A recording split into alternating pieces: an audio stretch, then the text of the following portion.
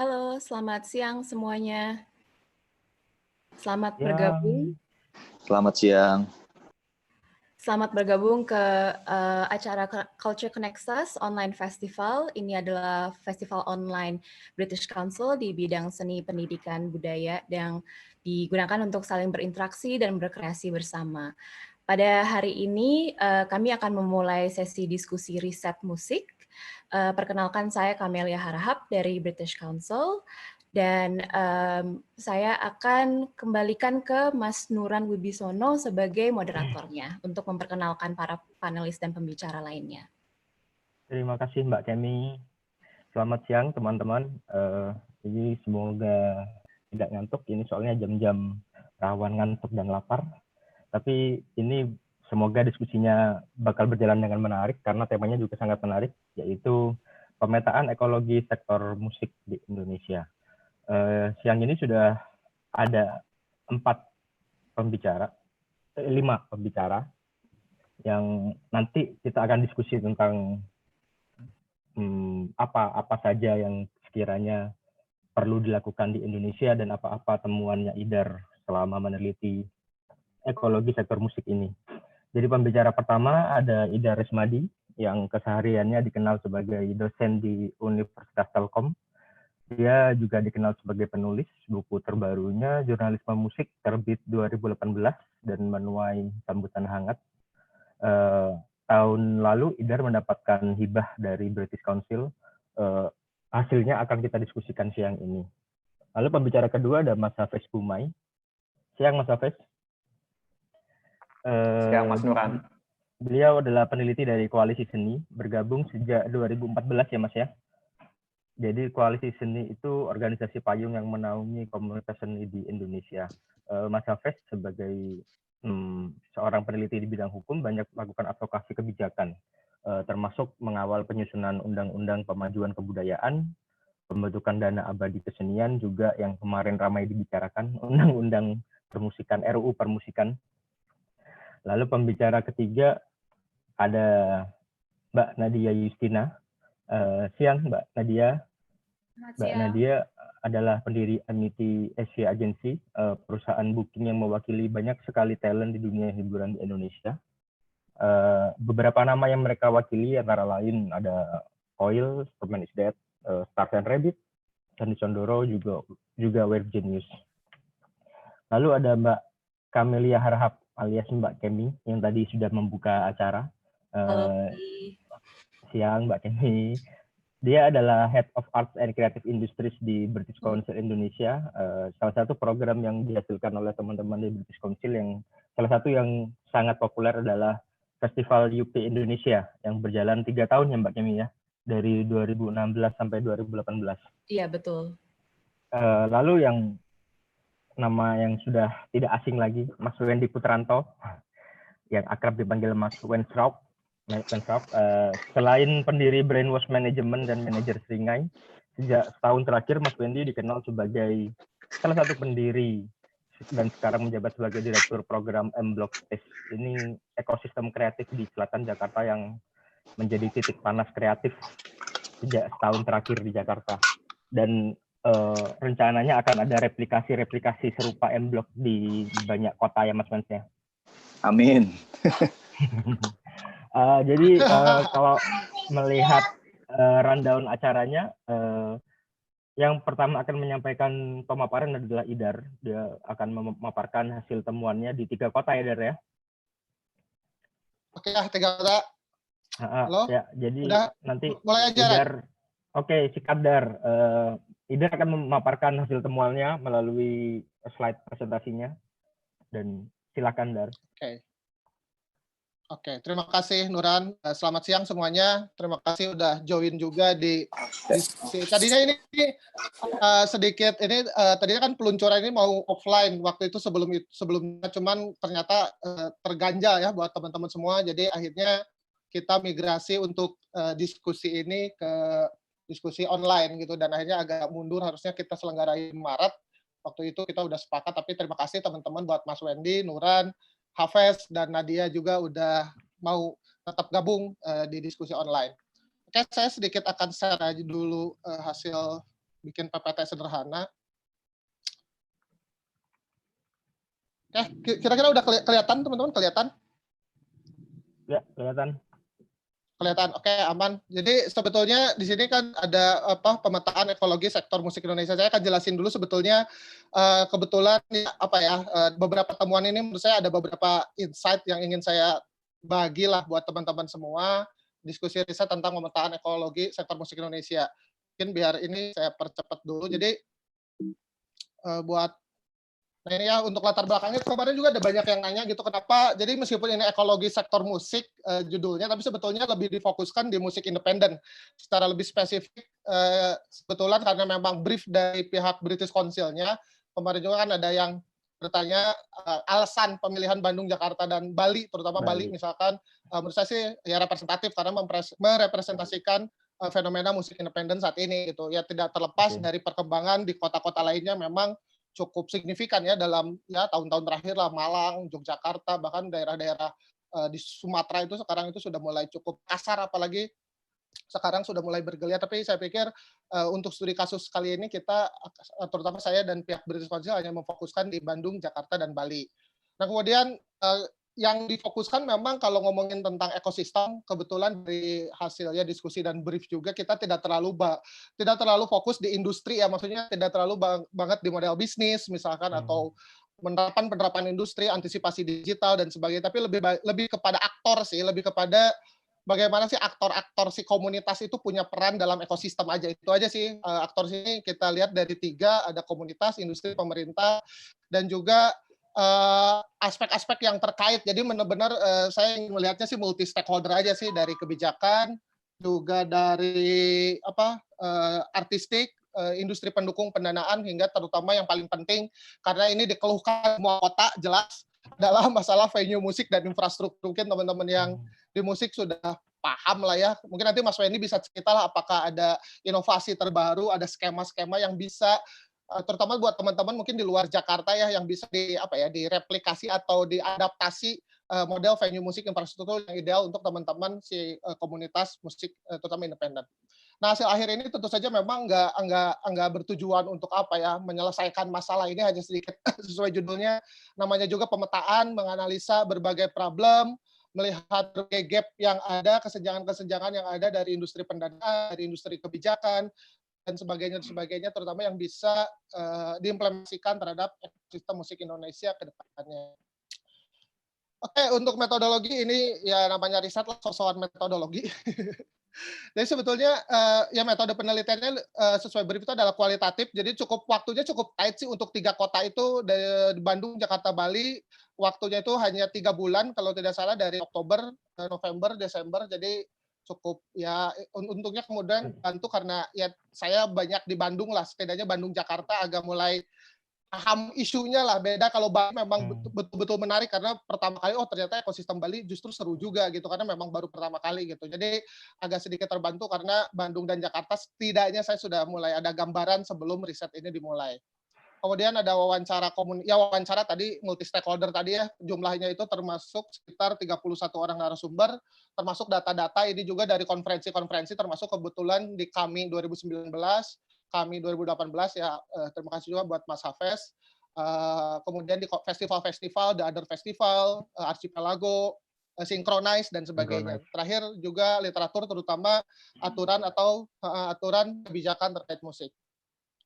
Nah ini ya kalau kita masuk aja biar mempersingkat. Jadi sebetulnya kalau analisa pembahasan yang pertama yang ingin kita bahas itu adalah persoalan kebijakan. Ya, maksudnya meskipun kita tahu ya komunitas musik agak sedikit a priori lah terhadap yang namanya peran-peran government lah atau pemerintah, tapi pada satu sisi kita harus melihat dulu bagaimana sih sebetulnya apakah sudah ada sih kebijakan terkait musik di Indonesia gitu? Apakah sudah mulai ada concern? Nanti Mas Hafez bisa cerita lebih banyak lah concern tentang kebijakan. Tapi saya ingin sedikit garis besar kalau ngomongin tentang ini agak sedikit historis. Jadi buat teman-teman yang mungkin yang sedikit baca bisa download ini bisa di-download laporannya itu di websitenya British Council. Jadi kita ini kalau sudah menurut saya sih kita sudah masuk di fase ini gitu. Kalau fase pertama kan eranya ngak-ngok lah, era Orde Baru gitu, fasenya ideologis di mana hubungan kebijakan itu lebih bersifat melarang, memberangus kreativitas dan sebagainya. Baru kemudian kita fase berikutnya masuk ke fase hak ekonomi, makanya muncul undang-undang hak cipta sama muncul undang-undang hak simpan rekam.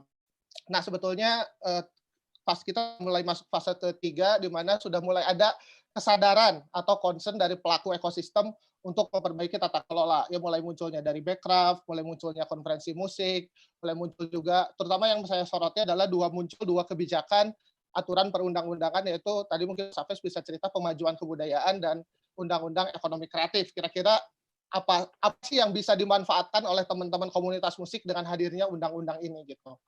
Oke, paling mempersingkat waktu itu aja ya. Jadi ada kalau kita ngomongin kebijakan terkait musik di Indonesia sih sebetulnya ada range yang cukup panjang sebetulnya dari era Orde Baru sampai era sekarang gitu. Jadi saya ngebaginya 3 fase sih. Kita sudah masuk ke fase 3. Jadi sebetulnya kalau ngomongin undang-undang musik sih ya emang nggak ada ya di Indonesia terlepas dari kontroversi kemarin RUU permusikan yang nggak ada sih sebetulnya. Kita itu memang nggak punya undang-undang tentang musik lah kasarnya setelah di-cancel-nya si RUU permusikan. Tapi yang ada adalah undang-undang terkait musik. Jadi RUU, jadi yang ada mungkin undang-undang terkait musik. Saya di fase 3 ini ngelihat ada 4 aspek, terutama yang punya kaitan erat dengan si perkembangan ekosistem musik. Ya itu tadi ya, undang-undang terbarukan tentang hak cipta, undang-undang nomor 20 tahun 2014, undang-undang nomor 24 tentang ekonomi kreatif, dan undang-undang nomor 5 tahun 2017 tentang pemajuan kebudayaan, dan undang-undang nomor 13 tahun 2012 tentang serah simpan. Jadi menurut saya sih yang agak perlu kita concernkan itu adalah sebetulnya bagaimana implementasi dari isi dari undang-undang ini yang bisa dimanfaatkan itu tadi ya untuk pelaku, terutama teman-teman ekosistem musik, terutama yaitu tadi peran untuk pelaku ekonomi kreatif dan peran untuk pemajuan kebudayaan. Oke, kalau di ini sebetulnya di makalah yang saya bikin itu sudah bisa dibaca dampak pembangunannya secara lebih gamblang, tapi sebetulnya acuan secara legal untuk pemajuan ekosistem musik itu kita sudah punya, kasarnya kita itu udah punya acuan legal gitu, bukan sesuatu yang bola liar lagi kalau menurut saya. Maksudnya kita sudah punya beberapa legal aspek atau punya beberapa dokumen berupa ada aturan, berupa rekomendasi, berupa undang-undang untuk bagaimana sih mendorong lah pihak terkait atau dalam hal ini pemerintah agar bisa punya peran penting atau terutama peran yang bersifat kebijakan jangka panjang dalam konteks industri musik. Di sini saya mencatat ada 6 kebijakan lah atau mungkin 6 poin yang sebetulnya bisa menjadi aspek legal untuk pengembangan ekosistem musik di Indonesia. Pertama yaitu rencana pengembangan industri musik nasional, itu dimulai sejak adanya Backcraft, semenjak kepemerintahan SBY. Jadi sejak pemerintahan SBY itu sudah mulai concern dengan ini, hasilnya berupa ada buku rencana pengembangan industri musik nasional 2015-2019. Kemudian ada undang-undang tentang hak cipta, ya mungkin udah teman-teman tahu lah itu tentang hak cipta. Nah ini mungkin yang perlu nanti di-share itu adalah bagaimana sih update terkini undang-undang pemajuan kebudayaan, terutama munculnya berbagai skema hibah yang bisa dimanfaatkan untuk pelaku budaya. Salah satunya musik nih, apakah teman-teman musisi ini, ya nanti mungkin Mas Hafiz bisa cerita bagaimana sih, apakah bisa sih memanfaatkan atau tidak, atau bagaimana, karena ini menurut saya sih kita sudah harus ada aspek legal dalam aspek pemajuan kebudayaan. Ini Undang-Undang nomor 13 tentang serah simpan karya cetak dan rekam. Kemudian ada rekomendasi kami yang nggak tahu sekarang, ya kalau nggak salah sekarang terakhir di update kami 2019, lagi concern di Kota Musik Ambon dan Portamento ya. Tapi sebetulnya kalau yang bersifat lebih ekosistem untuk pemanfaatan ruang, untuk kebijakan jangka panjang strategi kebudayaan, itu sudah sampai sejauh mana. Hingga kemudian undang-undang tentang ekonomi kreatif, yaitu tadi ya untuk hak-hak aspek legal untuk pelaku kreatif. Menurut saya jadi keenam kebijakan itu sebetulnya aspek legal bagaimana sebetulnya bisa dimanfaatkan oleh pelaku ekosistem musik.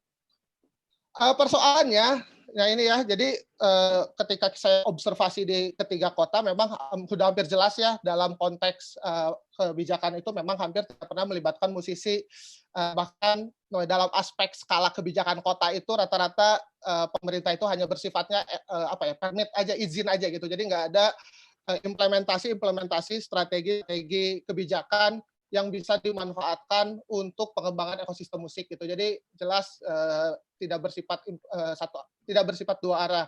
Jadi sebetulnya kalau mengacu kepada kekacauan yang terjadi di RUU Permusikan, sebetulnya hal yang paling sederhana yaitu perlu melibatkan musisi. Nah, cuman itu bagaimana sih keterlibatannya harus ada middleman seperti apa atau peran mediator seperti apa sih yang perlu mendorong berbagai aspek legal tadi bisa terimplementasikan di komunitas atau di ekosistem. Terutama perlu adanya kerja lembaga antar lembaga, karena kalau ngomongin tata kelola musik kan sebetulnya yaitu tadi ini ada departemen hukum, ada departemen ekonomi kreatif, mungkin ada departemen pariwisata, ada departemen kebudayaan, pasti akan banyak bentrok lah atau apa gitu ya. Jadi saya sih bagaimana sih kita sebagai ekosistem itu bisa mengawasi atau bisa punya peran dalam mendorong hingga menjadi harmonis, tidak terjadi ego sektoral. Kemudian ketiga perlu adanya sosialisasi. Ya itu tadi saya kalau mengacu ketiga kota tadi hampir jelas peran ya government terutama dalam pengembangan ekosistem itu hampir minimal itu. Bandung itu punya, makanya kalau saya ngobrol dengan pihak Disbudpar Bandung akan merealisasikan undang-undang ekonomi kreatif skala kota, tapi belum tahu update-nya.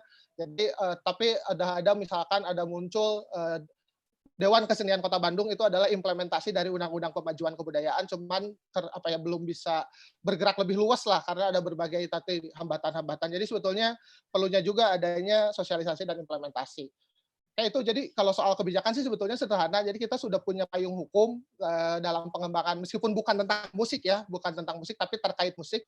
Tapi sebetulnya bagaimana sih apakah kita perlu mengignore, tapi sebetulnya apakah kita sebagai pelaku musik perlu mengignore atau perlu kita coba untuk bikin semacam kolaborasi atau merangkul atau memanfaatkan. Jadi sebetulnya menurut saya sih aspek paling pentingnya itu bagaimana aspek legal tentang kebijakan terkait musik itu bisa dimanfaatkan. Makanya ini menurut saya sih salah satu temuan paling penting adalah perlunya peran middleman untuk musik, perlunya peran peran kalau ngomongin ekosistem ngomongin perannya, ada peran industri pendukung, ada peran musisi, ada peran di kebijakan. Nah, menurut saya sih bagaimana sih di musik itu bisa punya peran yang cukup untuk mendorong aspek kebijakan itu bisa terimplementasi, tapi juga bisa memiliki payung yang cukup kuat untuk si komunitas. Gitu. Jadi perlu di dua kaki lah antara komunitas atau industri dengan juga pihak aspek legal. Itu karena itu tadi sebetulnya secara kita sudah masuk ke fase ketiga dalam konteks pengembangan kebijakan, yaitu tadi ya sudah mulai masuk ke fase tata kelola. Itu kalau ngomongin tentang gap kebijakan mungkin nanti Mas Hafiz bisa cerita lebih jauh bagaimana sih implementasi yang bisa dimanfaatkan oleh komunitas musik. Oke, kalau untuk ya mungkin kalau kita ngomongin ekosistem berarti kita yaitu tadi saya ingin ngelihatnya itu adalah relasi para aktor aja sih, relasi para aktor, persoalan yang dihadapi para aktor itu seperti apa di tiga kota, bagaimana sih para aktor itu bisa membangun jejaringnya dan kemudian muncul persoalan dari aktor-aktor tersebut. Seperti yang kita tahu, kebetulan saya tinggal di Bandung, jadi setidaknya saya sudah paham lah wacana atau isu yang muncul di kota saya sendiri lah, kota Bandung. Jadi kalau lihat di Bandung, saya ngelihatnya itu salah satu peran yang cukup dominan itu ya seperti yang kita tahu perusahaan rokok dan brand clothing. Ya mungkin rokok sangat masif dalam 10 atau 15 tahun terakhir nggak hanya di Bandung, mungkin hanya di Indonesia juga. Tapi kita bisa melihat bagaimana peran komunitas ini dalam artiannya itu adalah kalau ngomongin tentang ekosistem, bagaimana sebetulnya kalau di Kota Bandung itu lebih banyak di build up dengan kalau menurut saya sih dua ekosistem yang terbentuknya itu topologinya dua ini gitu, perusahaan rokok dan brand clothing lokal. Pada satu sisi muncul kontestasi jelas gitu, karena kan kalau kita ngomongin ekosistem bukan berarti ngomongin tentang kepentingan jangka pendek, tapi kepentingan jangka panjang, bagaimana bisa berdampak untuk skala kota, bisa berdampak untuk city branding, bisa berdampak untuk pariwisata kota, bisa berdampak minimal untuk bisa menjadi ruang yang inklusif untuk para pelaku kota itu sendiri. Tapi yang terjadi kan kontestasi ya, bagaimana kalau kita ngomongin ekosistem yang dibentuk oleh dua perusahaan itu ya adalah bagaimana pengembangannya dalam ranah pengembangan promosi produk kan sebetulnya gitu. Jadi sebetulnya tercipta kontestasi itu seperti itu. Kemudian sebetulnya Bandung ada kayak pemerintah cukup concern dengan adanya festival musik konik itu tahun berapa ya, 2018 2 tahun kalau nggak salah. Saya nggak kurang tahu tahun ini bakal ada atau enggak. Jadi semacam inkubasi untuk komunitas musik, cuman ya itu tadi tidak bisa terimplementasikan dengan baik karena lebih bersifat perayaan lah. Jadi kalau temuan-temuan saya tidak connect lah. Jadi kontestasi itu semuanya itu tidak connect gitu, tidak nyambung. Jadi bagaimana semua ekosistem, semua aktor tersebut membangun ekosistemnya masing-masing itu. Tapi pada satu sisi dalam konteks pengembangan ekosistemnya lebih bersifat yaitu tadi jangka pendek lah. Mungkin kritiknya lebih ke sana, lebih bersifat seharusnya kan yang dibutuhkan untuk pengembangan ekosistem skala kota itu menurut saya sih yang paling penting itu peningkatan city branding, jangka panjang city branding, peningkatan pariwisata. Jadi bukan hanya untuk berdampak untuk satu brand tertentu gitu atau berdampak untuk satu perusahaan tertentu, tapi bagaimana sebuah kota itu bisa bisa merasakan gitu ya aspek-aspek dari hal-hal tersebut. Jadi itu akhirnya muncul kontestasi yang paling penting dari para aktor tersebut. Kemudian juga ada persoalan sosial. Kalau kita ngomongin persoalan sosial ya mungkin udah isu lama lah, tapi ini cukup bisa jadi dua gambaran yang menurut saya perlu kita soroti, hijrah, fenomena hijrah, dan kemudian pentingnya peran pelaku musik perempuan gitu. Kayak saya cukup agak tersentak dengan satu karya DVD teman saya Hera Mary, ini scene kami juga bahwa sebetulnya perlu terus digalakkan lagi adalah peran pelaku musik perempuan gitu. Jadi biar lebih inklusif lagi gitu. Seperti itu sih kalau persoalan selain mungkin persoalan sosial, selain aspek ekonomi ya, persoalan ekonomi di mana adanya kontestasi tadi atau adanya relasi-relasi yang tidak seimbang antara komunitas dengan pihak-pihak perusahaan, pemerintah atau brand, juga ada persoalan-persoalan sosial. Cuman yang paling penting itu bagaimana kita musik itu bisa mengkampanyekan nilai-nilai itu gitu. Jadi musik tidak hanya punya peran pertunjukan musik, tidak hanya dalam konteks promosi musik gitu, tapi bagaimana festival atau pertunjukan musik itu bisa mendorong keberlangsungan isu sosial tersebut. Menurut saya sih itu yang agak perlu dikonsenkan. Ya kalau venue musik dan infrastruktur rasanya juga kalau persoalannya sama di setiap tempat, kita hampir bisa melihatnya itu kalau persoalan ekonomi itu pasti ya udah jelas ya kalau di tiap kota itu kan kita tidak memiliki gedung-gedung pertunjukan yang megah lah atau yang representatif lah, kesannya pasti semuanya itu yang layak. Betul. Jadi semua itu pasti memanfaatkan altered space atau alternative space atau ruang ketiga. Jadi kedai kopi yang diubah menjadi ruang musik, kafe, ya rata-rata pasti akan mengakalinya itu adalah ruang ketiga. Bahkan kalau kita ngomongin persoalan venue, rata-rata ya masalah di investment. Maksudnya pemilik venue tersebut rata-rata adalah menyewa, kayak kasus yang terjadi di Spasial, menyewa, tapi akhirnya ketika sudah punya rame lah gitu ya, sudah mulai bergeliat, ya persoalannya tiba-tiba bisa di-cut kapanpun juga gitu. Itu kan rasanya persoalan venue musik di Indonesia, bagaimana mengembangkan bisnis model yang ideal mungkin ya, atau pengembangan investment yang bisa berdampak jangka panjang. Persoalan ekonomi, jadi bisnis model, juga investment untuk si venue musik. Meskipun sebetulnya sini udah agak sedikit terbantu dengan peran government sih, Backup udah punya fasilitasi infrastruktur ya, sudah cukup mulai ada lah bantuan untuk venue musik. Selain itu ya kalau kita ngomongin ekosistem venue musik juga pasti dikooptasi oleh beberapa brand, perusahaan, jadi punya cukup identitas yang sangat kuat dengan perusahaan atau identitas brand tersebut. Jadi sebetulnya persoalan venue juga yang paling penting itu adalah inklusivitas gitu. Jadi peran kayak creative hub lah. Jadi yang benar-benar bukan didominasi oleh satu brand, satu perusahaan, satu komunitas gitu, tapi lebih benar bisa multi hub lah. Ya kayak mungkin M Block Space, nanti mungkin Mas Beni bisa cerita karena persoalan paling penting itu adalah di aspek itu ekonomi. Semua pemilik venue itu rata-rata adalah third space aja gitu, menyewa ke tempat ke orang lain. Kemudian persoalan sosial itu lebih ke aspek ya itu tadi ya, banyak kerusuhan, banyak dikomplain warga, standar lah ya. Kalau ada studio-studio, ada venue-venue yang ada di tempat itu pasti rata-rata punya. Jadi kita tidak punya concerns yang cukup kuat bagaimana membangun kampanyenya. Saya sepanjang saya melihat ini belum pernah ada kampanye tentang venue ya atau ruang gitu ya. Kita rata-rata mendisclose isu ini ya, jarang diperbincangan atau jarang dikampanyekan. Bagaimana sih agar bisa, karena kan kalau di Inggris itu ada agent of change itu ya, Ran, kita pernah cerita ada agent of change di mana ada policy untuk membangun sebuah venue berada di pemukiman warga gitu. Jadi sebetulnya kita perlu juga concern ketika ngomongin venue. Bahkan kan kalau ngomongin M-Block pun ada isu sosial. Kalau nggak salah parkiran lah, diprotes parkiran dan sebagainya. Jadi kita perlu memperbincangkan, ya maksudnya ini temuan-temuan, ini apa ya, gap-gap persoalan yang sebetulnya perlu kita antisipasi, terutama di skala kota Bandung. Oke, next aja biar lebih cepat. Oke, untuk topologi di Kota Bandung bisa dibaca teman-teman, ada 5 topologi ekosistem yang dibuat oleh Roko, brand clothing lokal, DIY komunitas, pensi, dan tadi festival pemerintah. Mungkin saya tadi udah jelaskan sedikit lah. Oke, ini simpulan dan saran. Next aja ya. Oke, untuk Jakarta sebetulnya ini yang paling menarik itu justru Jakarta. Kalau kita tadi Bandung itu bagaimana relasi para aktornya itu lebih banyak dibuat oleh 2 aktor cukup kuat. Tapi kalau Jakarta menurut saya peran para aktor yang cukup kuat itu mungkin nanti Nadia bisa cerita tentang peran apa ya, kenapa sih pelaku musik itu apa sih yang diperlukan agar bisa menumbuhkan semangat apa swadaya lah gitu, atau semangat bisa memperjuangkan apa nasibnya gitu ya. Jadi kalau di Jakarta menurut saya sih peran para aktor yang cukup kuat itu saya nyebutnya musik entrepreneur. Jadi bukan komunitas ya. Kalau komunitas kan masih terlalu cair, masih terlalu.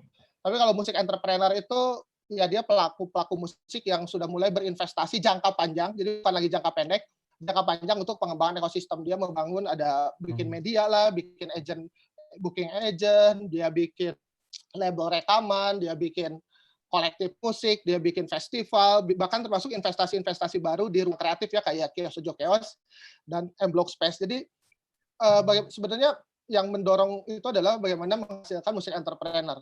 Terus yang saya cermati juga adalah kemampuan komunitas yang kuat itu terdiri dari bagaimana kemampuan musik entrepreneur yang adaptif, fleksibel, dan multidisiplin. Nah ini ya, jadi kalau ngelihat saya amati di Jakarta itu, kata kunci multidisiplin ini yang cukup kuat sih sebetulnya. Jadi relasi pelaku musiknya itu tidak hanya musik aja gitu. Kalau di Bandung kan mungkin musik dan distro gitu, atau musik dan distro, maksudnya musik itu sangat erat dengan kaitannya dengan industri brand clothing gitu. Tapi kalau di Jakarta itu multidisiplinnya cukup kuat gitu, antara musik dengan multimedia, musik dengan agency, musik dengan ya mungkin ada juga clothing, musik dengan industri perikanan. Jadi sangat apa akhirnya bisa kemampuannya itu bisa sangat cukup kuat yang bisa membuat pelaku-pelakunya itu menurut saya sih cukup adaptif gitu. Itu sih kata kuncinya, bagaimana mendorong kemampuan entrepreneurial musik yang bisa adaptif, fleksibel, karena ada beberapa studi kasus yang saya lihat itu mereka ya fleksibel itu tadi gitu, mereka label rekaman tapi juga organizer, tapi juga apa media, ya kayak gitulah. Jadi cukup adaptif gitu. Kemudian kalau di Jakarta peran industri pendukung ya hampir sama rata-rata, tapi yang paling pasti di Jakarta yang saya amati sih mirip, tapi yang paling saya amati sih growing up terakhir itu adalah industri telco dan startup terutama ya. Karena kalau melihat di 2 kota, Jakarta, Bandung dan Bali, betul, kalau di Bandung dan Bali hampir tipikal, tapi kalau di Jakarta itu jejaring industri pendukungnya cukup kuat. Itu mungkin yang membuat si aktor-aktornya itu bisa punya presence terus menerus gitu. Kemudian banyak ruang kreatif, jelas, terutama ya M-Block, Mas Fendi cerita ini bagaimana maraknya festival musik dan ruang kreatif itu mendorong banget ekosistem musik. Jadi dari mulai karakter sosialnya yang fleksibel dan multidisiplin, industri pendukungnya, kemudian juga mulai muncul ruang-ruang kreatif. Bahkan di ruang sekitar Jakarta cukup kuat, kayak Kedubes Bekasi, Earhost, apalagi ya, banyak kantung-kantung di sekitar pun ya akhirnya inisiasi bikin ruang kreatif sih sebetulnya yang menjadi kunci ekosistem. Karena kalau ngomongin ekosistem terutama musik independen itu sangat bergantung banget ke ruang sih sebetulnya, bukan ke perkara bisnis model, bukan terlalu banyak maksudnya bukan terlalu concern ke sana, tapi sebetulnya yang dibutuhkannya itu adalah aspek betul-betul ruang gitu ya untuk pertunjukan dan sebagainya. Kemudian muncul persoalan, kalau saya ngelihatnya itu adalah gelumbung, bubble. bubble, jadi kayak udah menggemuk, tiba-tiba nggak tahu nih bisa meletus atau bisa berkembang lagi. Tapi ya kasusnya ada beberapa kasus, karena kan kalau ngomongin gelembung pertunjukan musik, akhirnya akses jadi mudah. Semua orang bisa bikin, semua orang bisa capable, semua orang bisa, karena industrinya cukup kuat, persaingan juga cukup tinggi, akhirnya bisa menghasilkan bubble. Bubble itu kan bisa akhirnya entah kasus, ya beberapa kasus sama terjadi mismanagement, bahkan kalau menurut saya bisa juga kasus pelecehan seksual. Kemarin ramai banget tuh, karena konser di tempat umum kita kan nggak pernah ada policy untuk bagaimana menghadapi ini semua gitu, agar penonton nyaman, penonton aman, terutama ya kaum perempuan ya, biar bisa seperti itu, bisa nyaman, aman menonton pertunjukan musik. Jadi sebetulnya industri pendukung dan kemudian juga persoalan sosialnya juga sudah muncul gitu, terutama persoalan bubble tadi ya, bisa isunya akses, bisa isunya ke mismanagement mungkin, bisa juga isunya ke kompetisi. Ya kompetisi bisa kita lihat bagus dan buruk sih ya. Bagus pada satu sisi jadi inovasi, tapi pada satu sisi bisa akhirnya ya berdaya saingnya mungkin cukup tidak inklusif lah. Jadi bisa saling sikut sana sini misalkan seperti itu. Terus kemudian juga ada kemampuan kolaborasi dan jejaring, baik itu antar komunitas, antar industri, antar lembaga asing. Nah itu mungkin bagaimana yang paling penting itu, ini yang menjadi poin kuat, ya kalau kita lihat kan kayak synchronize gitu, bagaimana bisa kerjasama dengan Studiorama untuk mengkurasi gitu misalkan. Jadi aspek-aspek seperti itu, kemampuan sosial yang cukup fleksibel tadi bisa punya peran dalam pengembangan ekosistem ke depannya, terutama antar lembaga asing. Karena kan kalau kita ngelihat di semua ekosistem itu rata-rata industri pendukungnya tidak jauh dari 4 hal inilah, antara perusahaan rokok, industri retail, telco, atau startup.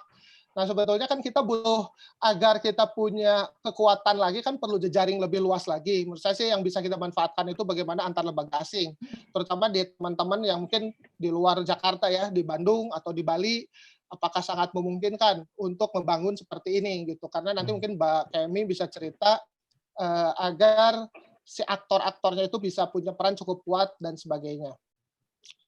Oke, ini topologi mungkin bisa dilihat nanti. Begitupun ada beberapa, yang paling penting sih menurut saya sih bagaimana bikin komunitas yang berdaya, multidisiplin, muncul entrepreneurship, kemudian ada ya ini yang konsep triple helix yang bisa dimanfaatkan, kayak salah satunya mungkin M-Block bisa cerita nanti Mas Wendy, kolaborasi pemerintah, swasta, dan komunitas.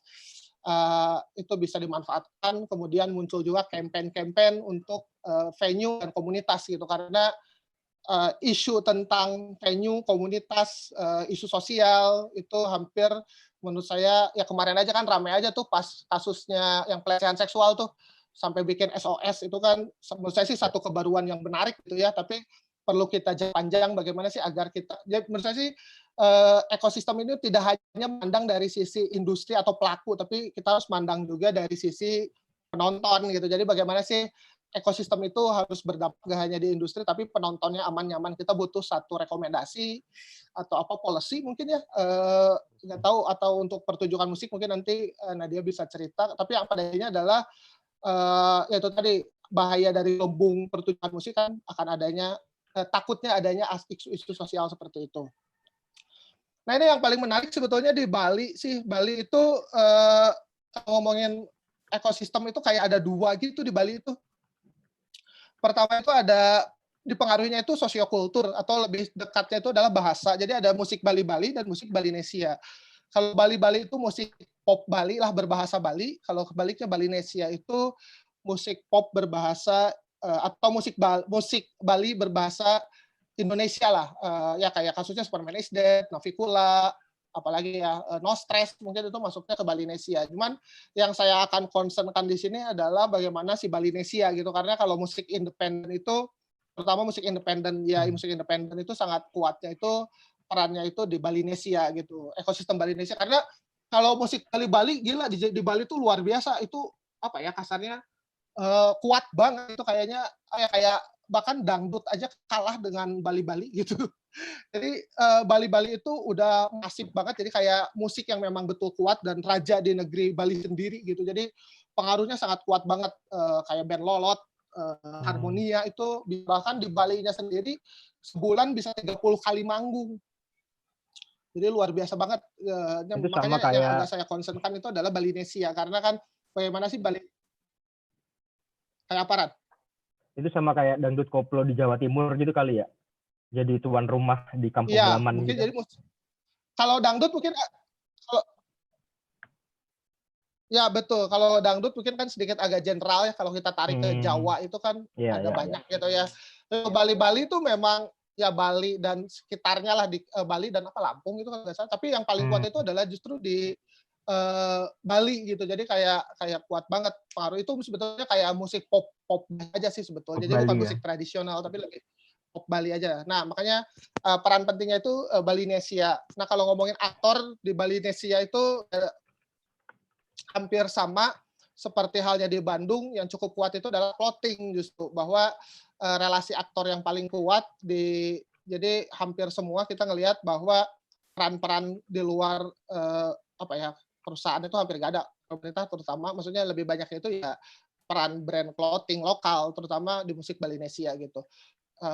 Ya itu ya, jadi di Bali itu investment cukup kuatnya itu di clothing. Clothing itu membiayai tour, membiayai rekaman, membiayai ya semua produksi tentang musik lah, bikin bahkan termasuk festival musik di Bali namanya Pica Festival, itu adalah industri clothing gitu. Kalau di kita mungkin kayak clothing itu apa ya, di Jakarta tuh kalau di Bandung Kickfest lah gitu. Kalau di Jakarta tuh apa kemarin tuh? Jaklot.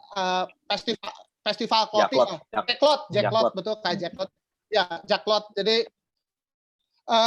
kalau Bali itu ya yang namanya clothing pun sama, hampir sama, ada kontestasi. Karena apa? Karena kepentingannya kan jangka pendek, promosi produk, kepentingannya tidak terlalu melebar, ada gap investment di sana, karena kan ya bahkan teman-teman musisi di Bali pun ketika saya ke sana ya jelas ya namanya brand clothing lokal itu ya tidak semasif lah, apa startup lah, atau mungkin juga perusahaan rokok gitu, pasti ada keterbatasan baik itu secara akses maupun secara finansial. Jadi tapi yang paling kuat itu pengaruhnya itu adalah aktor yang cukup kuat itu clothing. Mereka bikin label, bahkan sampai ada yang bikin ya itu tadi festival sih, puncaknya itu festival, Pica Fest namanya.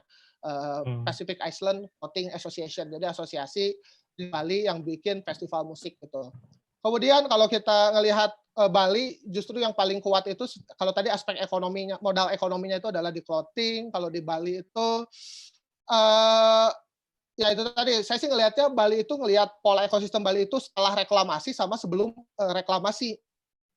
Kalau sebelum reklamasi itu ngelihat ekosistem musik Bali agak sedikit banyak kayak musik punk, musik punk metal lah yang cukup punya pengaruh cukup kuat dari dulu gitu. Tapi rockabilly, tapi setelah reklamasi itu mulai agak sedikit banyak karena Bali juga kan ya banyak dikunjungi oleh beberapa, terutama setelah banyak sosial media, akhirnya jadi tujuan tur beberapa band, bahkan ada festival musik yang gede di sana. Jadi akhirnya mulai muncul banyak band di Bali yang tidak hanya musiknya itu sebelum reklamasi punk atau ya musik rock atau punk atau metal, tapi lebih ke folk juga kuat. Eksperimental sekarang kuat, elektronik apalagi sekarang juga cukup kuat. Bahkan ada musik shoegaze gitu di Bali gitu. Jadi pengaruh Bali Talk reklamasi itu membuat si musisi ini muncul juga gitu. Saya wawancara di sana juga banyak gara-gara kasus Bali Talk reklamasi, keinginan ngeband tuh muncul gitu, keinginan untuk bermain musik itu muncul gitu, karena ya kita nggak tahu ya pengaruh Bali Talk reklamasi edun banget ya, luar biasa. Semua urun rembuk dari band senior sampai band baru banget lah kasarnya, itu satu suara menyerukan Bali Tolak reklamasi, dan itu manggung di mana-mana, di jalan, di depan di Banjar, di lapangan. Jadi pengaruhnya itu bisa memberi ruang untuk band-band baru gitu, si Bali Tolak reklamasi. Dan keempat, secara artistik juga sangat lekat sekali dengan aktivisme sosial. Musiknya itu isu-isunya itu kalau saya lihat ke Bali itu sangat lekat banget, aktivisme sosial, baik itu isu reklamasi, lingkungan hidup, termasuk juga isu plastik sekarang yang cukup kuat. Jadi ya menurut saya sih Bali punya kecenderungan yang cukup kuat, baik itu terutama dari segi si karakteristik musiknya. Itu sih peran aktor yang cukup kuatnya. Kemudian ya itu tadi ya, di Bali juga didorong dengan banyaknya ruang pertunjukan sih sebetulnya. Saya wawancara Detu juga, gila, banyak banget investment di ruang pertunjukan, bar, terutama bar ya. Bar itu banyak memberikan ruang lah untuk band-band gitu. Meskipun sebetulnya ketika saya konfirmasi ke beberapa pelaku komunitas itu ada kontestasi ruang. Maksudnya kontestasi ruang itu akses pun tetap ada gitu. Maksudnya kayak untuk musik rock, musik metal, ya itu Twice Bar. Terus kafe, ada beberapa kafe bar lagi gitu kayak siapa sih, Jimmy Shelter misalkan. Jadi tetap ada beberapa kontestasi mana itu misalkan musik untuk kalangan turisme itu misalkan yang berada di sekitar wilayah turis, atau misalkan untuk kalangan musik Balinesia tadi gitu, itu hanya di beberapa tempat. Maksudnya kontestasi ruang itu jadi akses untuk musik Bali itu hanya kalau saya konfirmasi ke sana berada di wilayah Badung dan Denpasar gitu. Jadi karena yang paling menguasai itu cukup kuat itu pengaruhnya itu Bali sih. Bali itu memang kuat banget. Jadi tapi meskipun di beberapa kantung wilayah-wilayah lain, misalkan di Singaraja, di mana Buleleng itu sudah ada sih kantung-kantung komunitas musik Balinesia lah gitu. Maksudnya memainkan musik-musik di luar Bali-Bali gitu. Cuman kalau ngomongin musik, sebetulnya akses untuk Balinesia terbatas di dua wilayah itu, Denpasar, Badung gitu. Karena mungkin pengaruhnya cukup cukup terbuka. Gitu cukup terbuka. Jadi masif banget sih sebetulnya ruang pertunjukan di Bali itu, apalagi tadi saya cerita di lapang-lapang itu banyak banget banjar bisa dimanfaatkan. Tapi ada kontestasi ruang ini untuk misalkan untuk tisme itu ya wilayah beach club bisa, atau untuk wilayah wilayah tempat-tempat ya Canggu lah misalkan. Tapi untuk musik Balinesia di kafe-kafe di Denpasar ini ada seperti itu, termasuk kecuali Balinesia sih.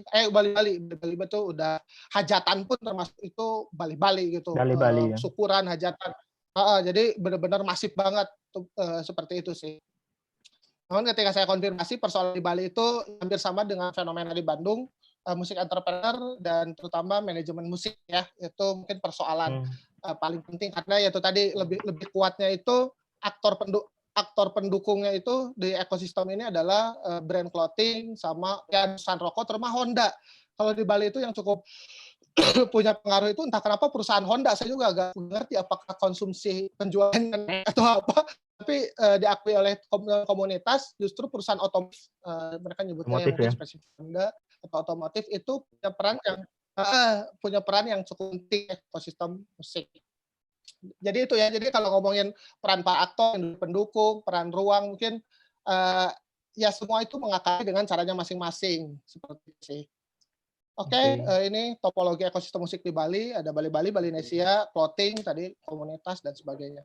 Nah ini ya sedikit ke pembahasan. Jadi sebetulnya kalau kita ngomongin peran kita generate hasil dari kesimpulan saya ketiga kota tadi, sebetulnya paling penting itu adalah mendorong munculan musik entrepreneur karena melihat ekosistem itu harus melihat dalam jangka panjang gitu ya, bagaimana pengembangan dalam sektor-sektor label rekaman, venue misalkan, investasi di bidang venue musik, berinvestasi di bidang di bidang mungkin booking agent, berinvestasi di bidang artis manajemen, ya pokoknya mendorong bagaimana peran-peran musik si komunitas tersebut mendorong peran-peran musik entrepreneur yang lebih inklusif, yang lebih adaptif, fleksibel dan multidisiplin tadi gitu.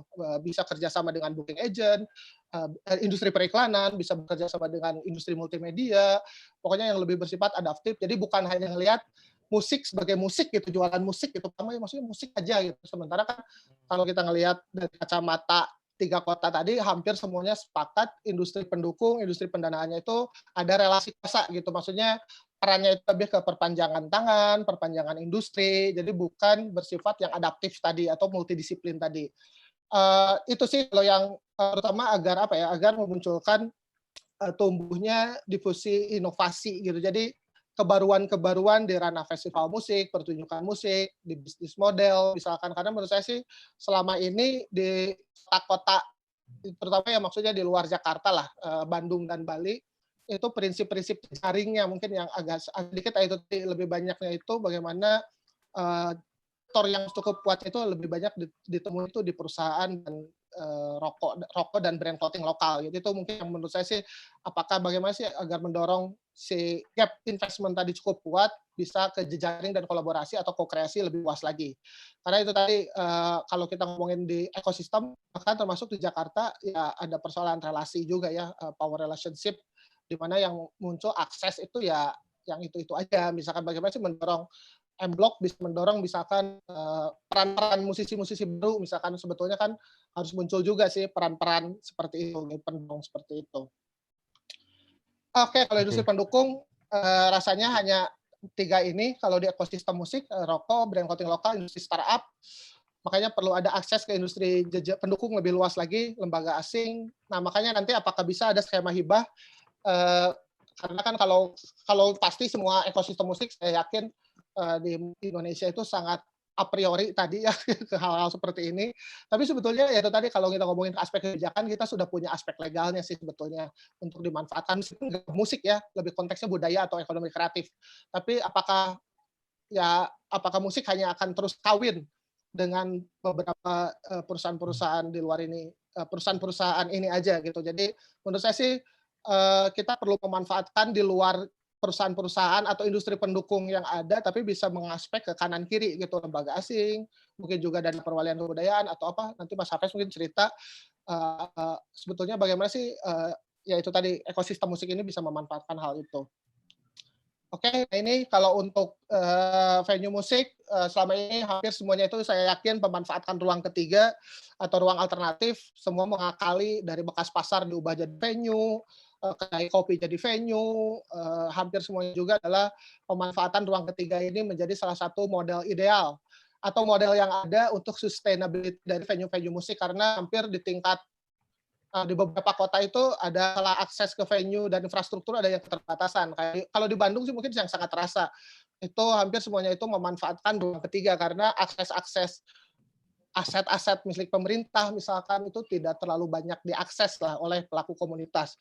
Jadi lebih banyaknya itu manfaatin ruang ketiga. Beda mungkin kalau Jakarta dan Jakarta mungkin hampir sama ya, persoalan akses yang tidak mudah juga, tapi sebetulnya lebih kooperatif.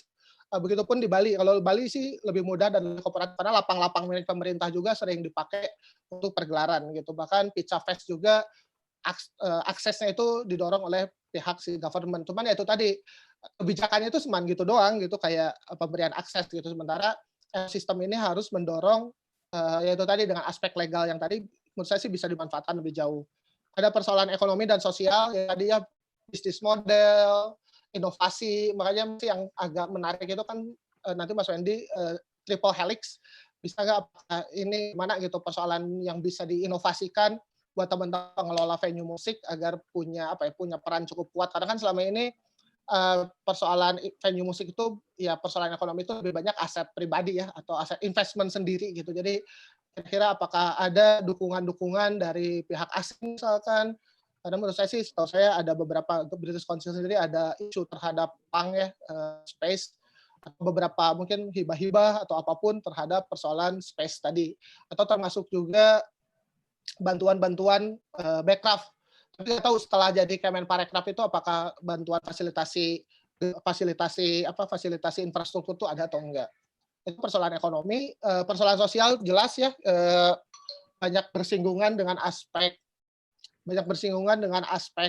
ya campaign perlindungan sosial, banyak juga pada aspek tadi perawatan, karena banyak juga isu venue yang protes warga lah, banyak konflik horizontalnya lah. Menurut saya sih kita perlu memikirkan bagaimana sih agar campaign festival ini bisa lebih ideal. Kemudian juga pengembangan bisnis model triple helix, apakah bisa dimanfaatkan komunitas, pelaku industri, dan pemerintah, yaitu tadi ya kampanye sosial tentang ruang kreatif. Nah ini terakhir, jadi menurut saya sih ada gap-nya itu adalah 5 gap ini. Pertama, kalau kita ngomongin peran ekosistem, ada peran industri pendukung, musisi jelas ya, pasti yang paling kuat itu kan musisi. Kemudian juga ada peran sektor pendukung, kayak tadi dari brand clothing, dari perusahaan rokok, dari startup, dari telco, dan sebagainya, dan sebagainya. Tapi sebetulnya yang perlu didorong itu adalah peran bagaimana memediasi antara kebijakan-kebijakan, persoalan-persoalan yang ada di komunitas itu membangun satu mediasi untuk diselesaikan. Makanya menurut saya sih rekomendasinya ada peran advokasi kebijakan. Baik, makanya maksudnya lebih yang menurut saya sih peran penting yang cukup hilang di ekosistem musik itu kalau saya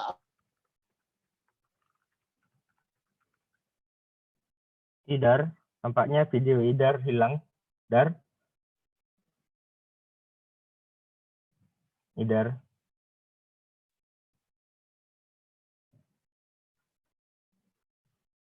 Halo Idar. Tampaknya Idar hilang. Gimana kalau kita beralih ke Mas Hafez deh. Mas Hafez, halo. Ya, halo Mas Nuran. Ini selagi menunggu Idar kembali dari freeze-nya, aku mau nanya nih soal ada banyak hal yang menarik terkait kebijakan yang paparkan Idar tadi, terutama terkait belum adanya undang-undang yang khusus mengatur tentang musik. Dan tahun lalu itu kan sudah ada RUU, tapi kan kayaknya seperti kebanyakan produk undang-undang lainnya itu kayak terkesan diburu-buru gitu, Mas. Dan kalau menurut Mas Hafez yang banyak meneliti tentang undang-undang yang bergerak di bidang kebudayaan, sebenarnya di DPR sendiri, apakah undang-undang tentang musik ini dibicarakan dengan serius, Mas? Maksudnya apakah ada obrolan serius tentang itu, ataukah ya udahlah selintas selalu aja gitu? Karena mungkin musik dianggap belum jadi hal yang penting gitu. Oke, Mas Nuran. Sebelum Ya, kita ke sana mungkin kita harus agak mundur sedikit gitu ya. Oke, Ketika siap, kita siap. bicara soal kebijakan dan ekosistem gitu, ekosistem musik, maka di situ kita akan banyak berbicara mengenai bagaimana posisi dan peran negara di dalam ekosistem itu sendiri. Oke. Kalau tadi kita melihat paparannya Mas Idar, itu kan kita bisa melihat bahwa setidaknya Mas Idar mendeteksi ada 3 ya, ada si senimannya, musisi, ada industri, dan ada pemerintah gitu. Iya. Nah, di situ setidaknya kita bisa melihat dari ketiga aktor tersebut pasti ada relasi kuasa kan. Perannya apa aja sih? Seniman sebagai si pencipta karya, sebagai inti dari ekosistem musik itu sendiri, kemudian ada industri sebagai salah satu jembatan antara si musisi dengan pasar misalnya, dan juga misal sebagai investor, sebagai penyokong dana agar musisi tetap bisa berkarya, kemudian di sisi lain dan pemerintah. Nah, ini yang kemudian menjadi pertanyaan, sebetulnya pemerintah itu harus punya peran seperti apa di dalam ekosistem musik? Tadi keluar kata pemerintah harus membuat kebijakan. Nah, kemudian kebijakan seperti apa yang harus pemerintah buat? Nah, di sini kita bisa melihat ada 2 kecenderungan ya. Pertama adalah kecenderungan di mana pemerintah itu mengatur segalanya gitu. Dia mengatur mulai dari bagaimana cara si musisinya berkarya, bagaimana cara musisi dan industrinya berhubungan, bagaimana cara masyarakat mengkonsumsi karya, itu bisa jadi satu pilihan. Yang itu kita tidak mau tentu saja. Kemudian ada pilihan kedua, ini istilahnya kalau biasanya disebutnya negara penjaga malam. Jadi dia kerjaannya itu hanya sebagai observer. Dia menjaga relasi kuasa di antara masyarakat, industri, dan musisi. Dia hanya melihat itu saja dan meletakkan kebijakan-kebijakan primer gitu. Nah, sebetulnya dalam konteks industri musik kita melihat pergeseran yang cukup besar sih di Indonesia. Kita tahu bagaimana tadi Mas Hidar juga bercerita, berawal dari di mana musik itu diatur sepenuhnya oleh negara di masa Orde Baru atau Orde Lama gitu ya. Musik Akiko kan Orde Lama ya. Lama. Ya, itu kan awalnya di situ. Ketika negara mulai mencoba untuk intrusif gitu kepada bentuk-bentuk kesenian di sektor musik. Kemudian pada waktu Orde Baru mulai bahwa musik tidak boleh digunakan untuk menyuarakan pendapat-pendapat politik, musik tidak boleh digunakan untuk hal-hal lain gitu selain misalnya hiburan. Itu kita melihat bagaimana inti dari musik yaitu hak kebebasan berekspresi itu dikekang. Pasca reformasi itu sudah mulai bergeser, lahir Undang-Undang HAM, Indonesia udah mulai melepas sedikit gitu ya kekangannya terhadap seniman sehingga sektor musik bisa jauh lebih berkembang. Lalu beralih ke fase kedua tadi kalau kata Mas Idar adalah fase di mana hak ekonomi mulai diperhatikan. Sebagaimana kita tahu bahwa industri musik di Indonesia ini kan lahir dari industri bajakan. Bahwa bagaimana seluruh industri kita ini lahir dari kita membajak kaset-kaset luar negeri dan dijual di sini. Lahir Undang-Undang Hak Cipta yang kemudian merubah semuanya sehingga muncullah banyak label-label rekaman dan orang mulai berpikir gitu bagaimana cara mengkapitalisasi musik dengan legal. Nah, dari situ mulai juga terjadi revolusi industri musik dan yang terakhir kita lihat bahwa pemerintah baru berpikir bagaimana musik ini bisa hidup dan berkembang secara estetik gitu ya. Mungkin melalui undang-undang pemajuan kebudayaan, di mana faktor-faktor pendukung seperti pendidikan, seperti literasi pasar dan kawan-kawan itu mulai diperhatikan. Nah, di sini kita melihat bagaimana pemerintah sebetulnya punya peran yang sangat besar gitu untuk menentukan arah si ekosistem musik di suatu negara itu bisa berkembang. Dia bisa memberikan sedikit sentuhan di industri, dia bisa memberikan sedikit sentuhan di kebebasan berekspresi, dia bisa memberi sedikit sentuhan di bagaimana literasi pasarnya sendiri berkembang dan kualitas dari musisinya. Nah, itu semua memang membutuhkan kebijakan yang tidak sama. Sehingga ketika kita mengatakan apakah undang-undang musik adalah jawaban dari semua masalah di industri musik, ya kita tidak mungkin bisa mengatakan hal seperti itu. Bahwa ketika kemarin RUU Permusikan lahir dengan judul seperti itu ya, hanya RUU Permusikan, itu menurut saya adalah suatu hal yang sangat keliru ya. Ketika dia menyatakan RUU Permusikan kan dia berbicara mulai dari bagaimana si musisi berkarya, bagaimana musisi bisa terus lahir dan berkembang, bagaimana pasarnya dibentuk, bagaimana relasi industrinya berjalan, hingga bagaimana kemudian kapitalisasi dari musik itu sendiri bisa bermanfaat gitu secara ekonomi. Nah, ketika kita beranggapan akan ada lahir undang-undang seperti itu, kita tidak bisa membayangkan berapa banyak pasalnya. Sehingga yang kemudian hadir adalah sebaiknya kita mulai mengkonsolidasi ya berbagai kebijakan yang kira-kira terkait dengan musik. Kita tidak perlu membuat satu kebijakan yang segalanya ada di dalam. Kita cukup, misalnya tadi Mas Idar udah bilang kebebasan berekspresi, kita udah punya undang-undang HAM, Undang-Undang Pemajuan Kebudayaan juga sudah membahas itu sedikit. Di sisi pengarsipan, misalnya kita punya Undang-Undang Pengarsipan karya cetak karya rekam. Misalnya kemudian kalau di ekonomi kita punya Undang-Undang Hak Cipta gitu ya. Nah, mungkin yang kita tidak punya adalah relasi kuasa antara pelaku usaha dengan musisi misalnya di dalam skala industri. Gitu. Itu yang kita belum punya misalnya. Bagaimana relasi kuasa antara industri rekaman dengan si musisi. Nah, inilah yang kemudian mungkin masih menjadi blind spot gitu, masih menjadi hal yang luput. Nah, kalau tadi ditanya apakah musik kemudian dibahas sedalam itu di DPR, ya menurut saya sih belum ya. Karena selama ini yang dianggapan para anggota dewan mungkin ketika mereka berbicara mengenai kesenian gitu atau kebudayaan secara umum adalah bagaimana si kebudayaan ini bisa ada kecenderungannya 3 biasanya. 1 menjadi barometer moral gitu ya. Jadi bahwa kebudayaan ini harus bisa mendongkrak karakter keindonesiaan lah gitu. Timuran, bangsa timur. Warga negara yang berbudi luhur, religius dan cerdas lah gitu. Jadi Pancasilais. Nah, kemudian kebudayaan dianggap sebagai salah satu jalan menuju kesejahteraan, bahwa dia itu bisa mendongkrak ekonomi. Makanya Undang-Undang Ekonomi Kreatif dan kawan-kawan itu lahir. Dan yang ketiga adalah bagaimana kemudian si musik ini atau kebudayaan secara umum ini bisa menjadi kebanggaan gitu, bisa menjadi identitas bagi negara. Biasanya 3 ini yang menjadi fokus mereka. Apakah kemudian DPR sampai di titik bahwa industrinya sendiri harus disehatkan, bagaimana hubungan antar aktor di dalamnya, pembicaraan belum sampai ke sana. Jadi itu mungkin juga menjadi PR dari kita ya untuk selalu menggulirkan wacana bahwa ketika kita berbicara musik, yang namanya tadi ekonomi, kesejahteraan, kemudian misalnya orang Indonesia yang jauh lebih luas karena musik, dan musik Indonesia menjadi identitas bagi bangsa di dunia internasional, itu semua kan by product ya, itu semua adalah dampak akhir yang ingin kita capai. Yang belum kita pikirkan adalah bagaimana kebijakan untuk menyiapkan fondasi kita menuju ke sana. Dan salah satu yang kita belum punya adalah bagaimana industri kita sehat di ekosistem musik. Mungkin dari aku belum balik. Ini udah balik ya? Halo, Idar. Idar. Aman. Udah balik. Lanjut ya. Yang barusan Mas Hafiz sedikit banyak bercerita tentang peran negara dan undang-undang dan apa yang kita butuhkan gitu. Jadi tapi kan tadi kamu sempat keputus, mau dilanjutin lagi nggak? Boleh. Hanya sedikit kesimpulan sih sebetulnya. Kesimpulannya. Kesimpulan bentar, aku share dulu.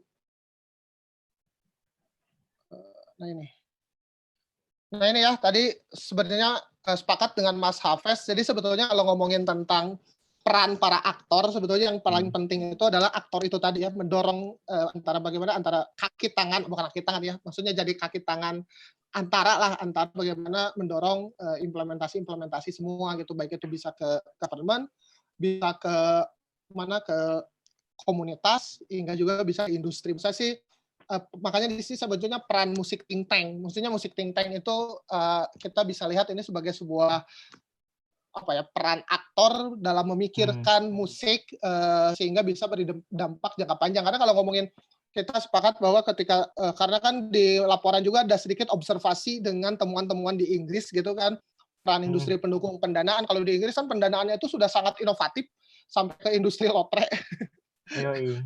Industri lotre itu jadi salah satu kan skema-skema pemerintah tuh jadi banyak dimanfaatkan oleh komunitas musik. Mungkin bisa dibaca di laporannya.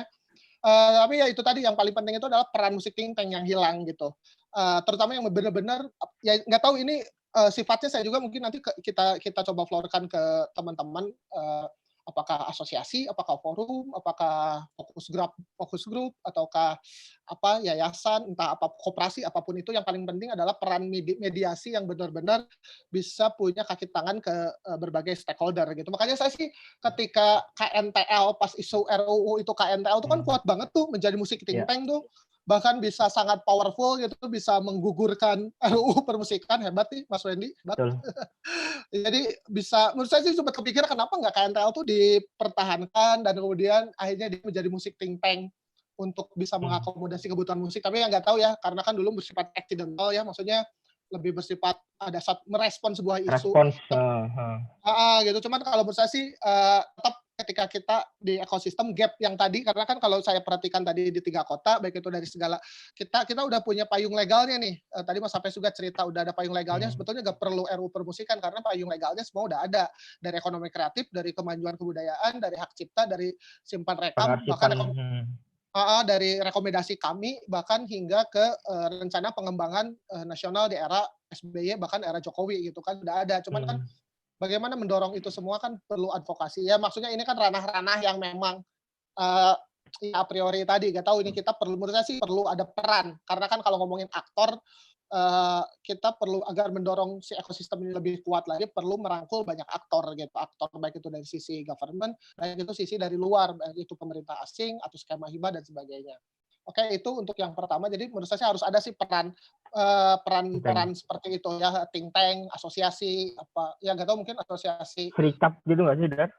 Apa? Atau malah perlu serikat gitu nggak sih, serikat pekerja industri ya musik? Mungkin nggak tahu ya, itu balik lagi nanti Nadia mungkin apakah perlu atau tapi kalau kita ngelihat dari gap-nya itu yang nggak ada gitu. Kalau ngelihat gap-nya ya.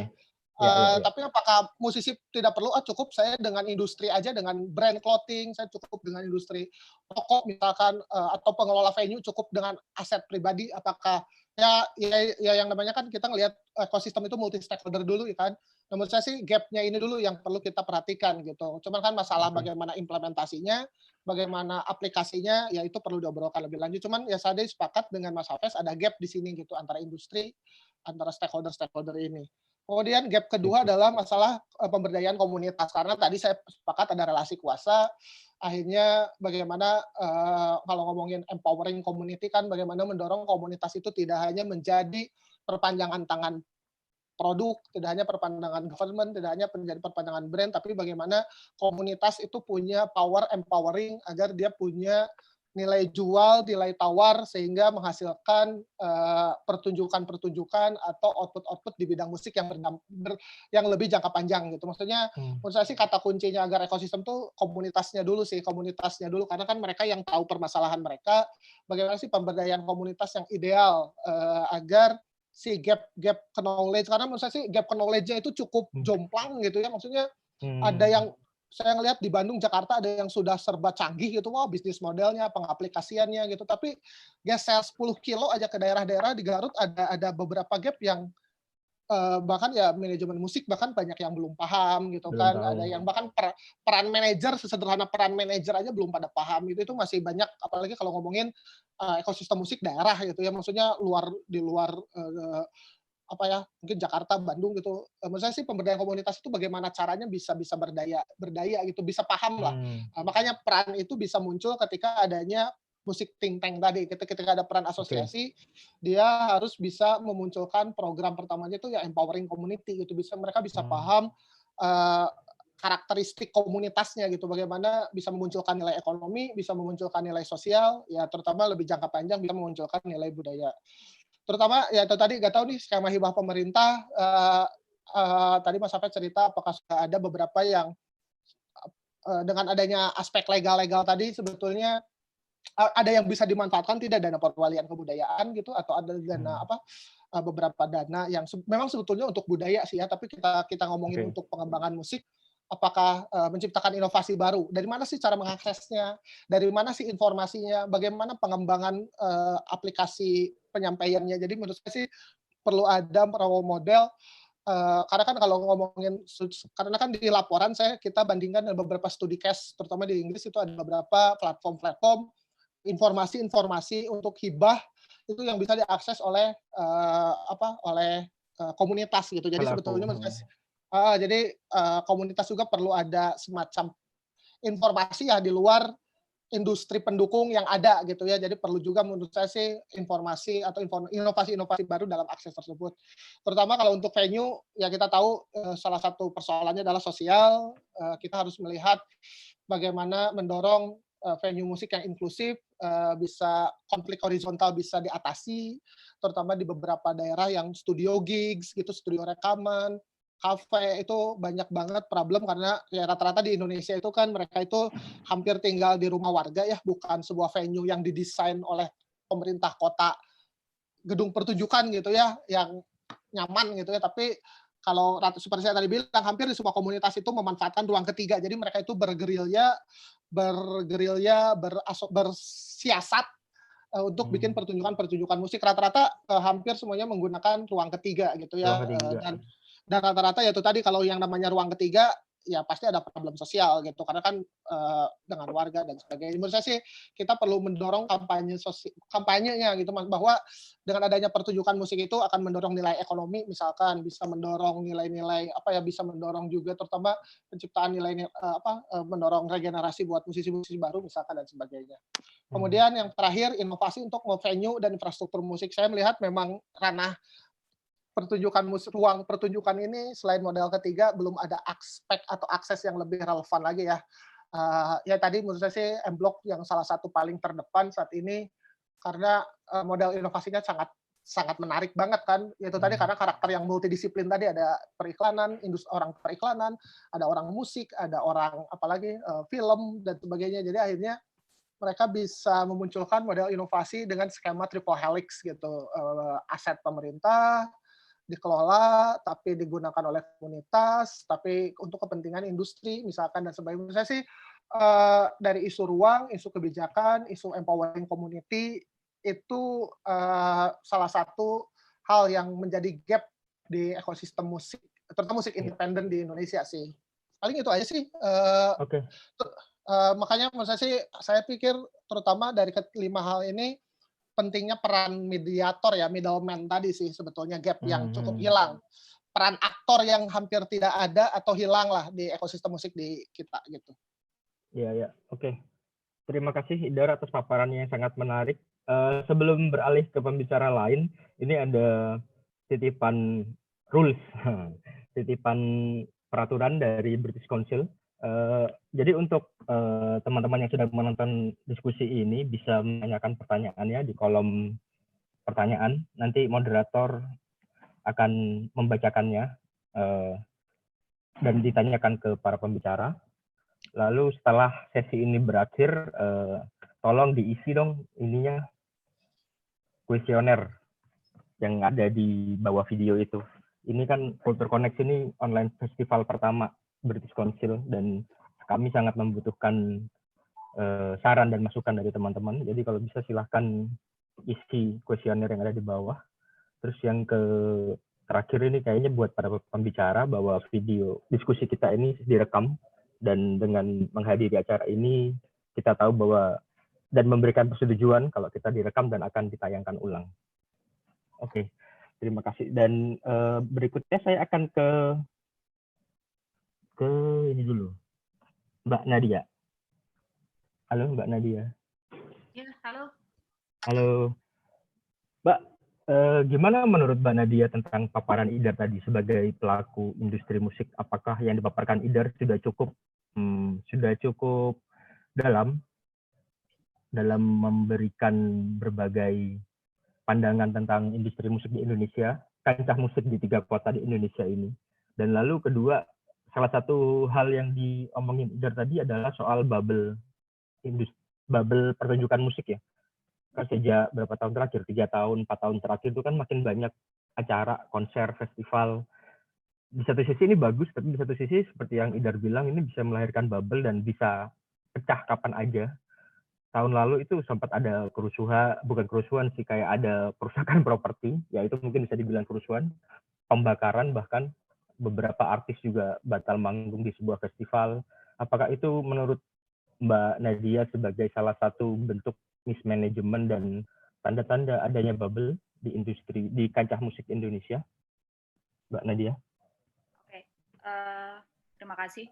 Idar ini risetnya sih luar biasa banget ya, menunjukkan ada perbedaan-perbedaan yang signifikan di tiap kota itu. Saya memang dari tadi tuh tertarik banget waktu Idar menyebutkan adanya showcase bubble ini. Dan memang 3-4 tahun terakhir memang dirasakan bubble terlalu banyak dan nunggu meletus. Justru menurut saya nih sekarang lagi meletus. Dengan pandemi ini yang tadinya bubble-nya, event-nya banyak sekali, terus ada pandemi dan tiba-tiba event hilang semua gitu. Ini kan meletus namanya. Dan untuk kembali ke awal, ke sebelum adanya pandemi ini itu tidak cepat juga gitu, karena akan banyak sekali perubahan-perubahan dalam hal health and safety protokol dan segala macam. Jadi untuk balik lagi ke sebelum masa pandemi ini tuh masih agak lama sih. Karena ketika kita sudah mulai membuat event sekalipun, pasti nanti ada perizinan lebih ketat, protokolnya lebih ketat, kemudian apakah orang sudah berani untuk datang ke public places dengan orang yang sepadat itu gitu. Dan justru di sini yang tadi disebut Idar tunggu kapan meletusnya, ya sekarang ini lagi meletus gitu. Waduh. Oke. Jadi nggak usah ditunggu lagi nih kapan meletusnya. Nah kemudian justru dari meletusnya si showcase bubble ini sih saya sendiri merasa betapa ringkihnya musik ekosistem saat ini. Karena benar-benar banyak sekali 80% dari artis kita tuh yang tergantungnya sama event. Ketika eventnya dihilangkan, itu benar-benar semua panik. Dan ini yang kenapa pentingnya tadi Idar bilang mengenai music entrepreneur. Dan sebenarnya bukan cuma music entrepreneur sih yang penting, tapi tentang pengelolaan aset musik seperti IP-nya mereka, karya rekam, pengelolaan digital asetnya mereka, dan banyak sekali aset-asetnya dari artis yang harus dikelola dan dimonetize secara baik supaya musisi itu tidak terus tergantung pada penghasilan dari event itu. Kurang lebih sih seperti itu. Tapi memang sayangnya di Indonesia ini memang untuk pengelolaan IP aja belum maksimal. Pengelolaan digital dan pengelolaan aset yang lainnya memang kita lihat sudah meningkat. Jadi udah banyak sekarang artis yang mereka masih bisa dapat penghasilan karena memang aset digitalnya dikelola dengan baik. Tapi nggak semuanya, dan memang sangat tidak merata untuk di Indonesia untuk pengetahuan-pengetahuan itu. Apakah think tank itu tadi yang disebut itu perlu? Memang sangat perlu. Tapi nggak bisa juga kalau misalnya tadi Idar bilang apakah KMTL bisa jadi think tank? Bisa mungkin untuk sebagai inisiatornya.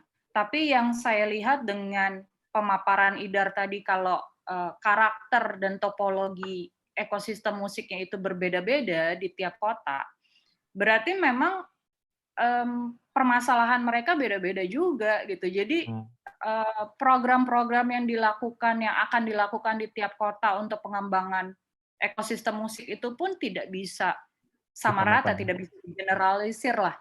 Harus dibedakan di tiap kota. Nggak bisa kita pakai satu modul yang sama untuk seluruh kota di Indonesia, itu nggak mungkin. Kemudian tadi yang dipaparin sama Idar juga menarik, kalau di Bandung itu kaitannya erat dengan rokok, clothing, startup, Bali itu ada venue clothing komunitas. Nah ini kan dengan adanya sekarang ini lagi meletusnya si event bubble ini, kita juga jadi harus lebih aware. Kalau misalnya faktor-faktor pendukung ini juga meletus satu hari, gitu, apa yang harus dilakukan musisi? Dan itulah pengelolaan aset dan IP dan segala macam itu memang sangat penting. Dan IP law di Indonesia itu memang lemah, belum terlalu kuat. Mengenai royalti digital, fisik, dan segala macam itu juga masih sangat ringkih sih sebenarnya. Jadi sebenarnya itu sih kalau menurut saya. Mbak Nat, tapi kan selama ini bukannya pemasukan para musisi itu emang lebih besar dari ini ya, dari event ya, dari penampilan offline konser gitu. Lalu apakah dengan memperbaiki tata kelola IP atau produk digital mereka itu bisa dalam tanda kutip menggantikan atau paling enggak setengah menggantikan pemasukan dari konser atau off-air event ini? Sebenarnya bisa, Mas, karena memang kalau sampai sekarang ini pemasukan paling besar musisi dari event. Tapi kalau kita bisa melihat contohnya paling mudah adalah YouTuber deh di Indonesia. YouTuber tuh penghasilannya luar biasa besar loh. Itu bisa penghasilan mereka sebulan bisa sama dengan atau bahkan lebih besar daripada musisi main di off-air. Berarti kan sebenarnya bisa dilakukan, asal memang ada yang mengelola dengan baik, ada yang meng-create kontennya dengan baik, dan segala macamnya itulah. Bahkan sampai pengelolaan metadatanya deh, metadata digitalnya saja itu masih belum maksimal saat ini. Dan kekurangan dari pengelolaan metadata itu kan akhirnya juga pemasukan artisnya jadi nggak maksimal sih, Mas. Betul juga. Oke, aku beralih ke Mas Wendy dulu ya. Mas Wendy. Ya, halo Dar. Mas Wendy ini menarik tadi yang dipaparkan Mbak Nadia. Jadi sebelum ngomongin soal ruang dan ngomongin M-Block, tadi itu seperti yang dikatakan oleh Mbak Nadia, apakah emang sebaiknya artis atau musisi side stream ini harus sebaiknya lebih baik mengelola aset digital mereka ketika ada event pandemi seperti ini? Ya, bener, Dar. Kayak misalnya contoh kasusnya ya band yang saya manajerin ya, Seringai. Seringai itu nggak mau dia main live streaming gitu. Karena live streaming itu dengan konsep musik metal yang Seringai mainkan itu nggak cocok gitu, nggak ada energinya dari penonton. Energi itu memainkan porsi yang besar ya dari feedback dari penonton. Jadi mereka merasa nggak bisa itu interaksi tanpa ada crowd di depan mereka, itu bukan konser gitu. Jadi udah beberapa kali tawaran masuk dan akhirnya beberapa kali juga ditolak gitu karena itu. Dan akhirnya sekarang yang dilakukan manajemen adalah ya aset-aset digital kita semuanya kita mainkan gitu ya, mulai dari Instagram, YouTube, Facebook ya, semua yang memang terhubung dengan band secara resmi itu kita campaign. Jadi memang secara konsep posting, kemudian program gitu ya, mulai dari jadi gantinya konser live streaming itu kemarin saya sempat menyiarkan konsernya Seringai ketika tur di Jepang gitu. Tapi kita live stream di IG gitu ya. Kita pakai OBS dan kemudian kita live stream. Jadi itu ternyata cukup mengagetkan juga buat para followersnya Seringai, karena disangka kita konser beneran di lagi masa pandemi ini, kita konser.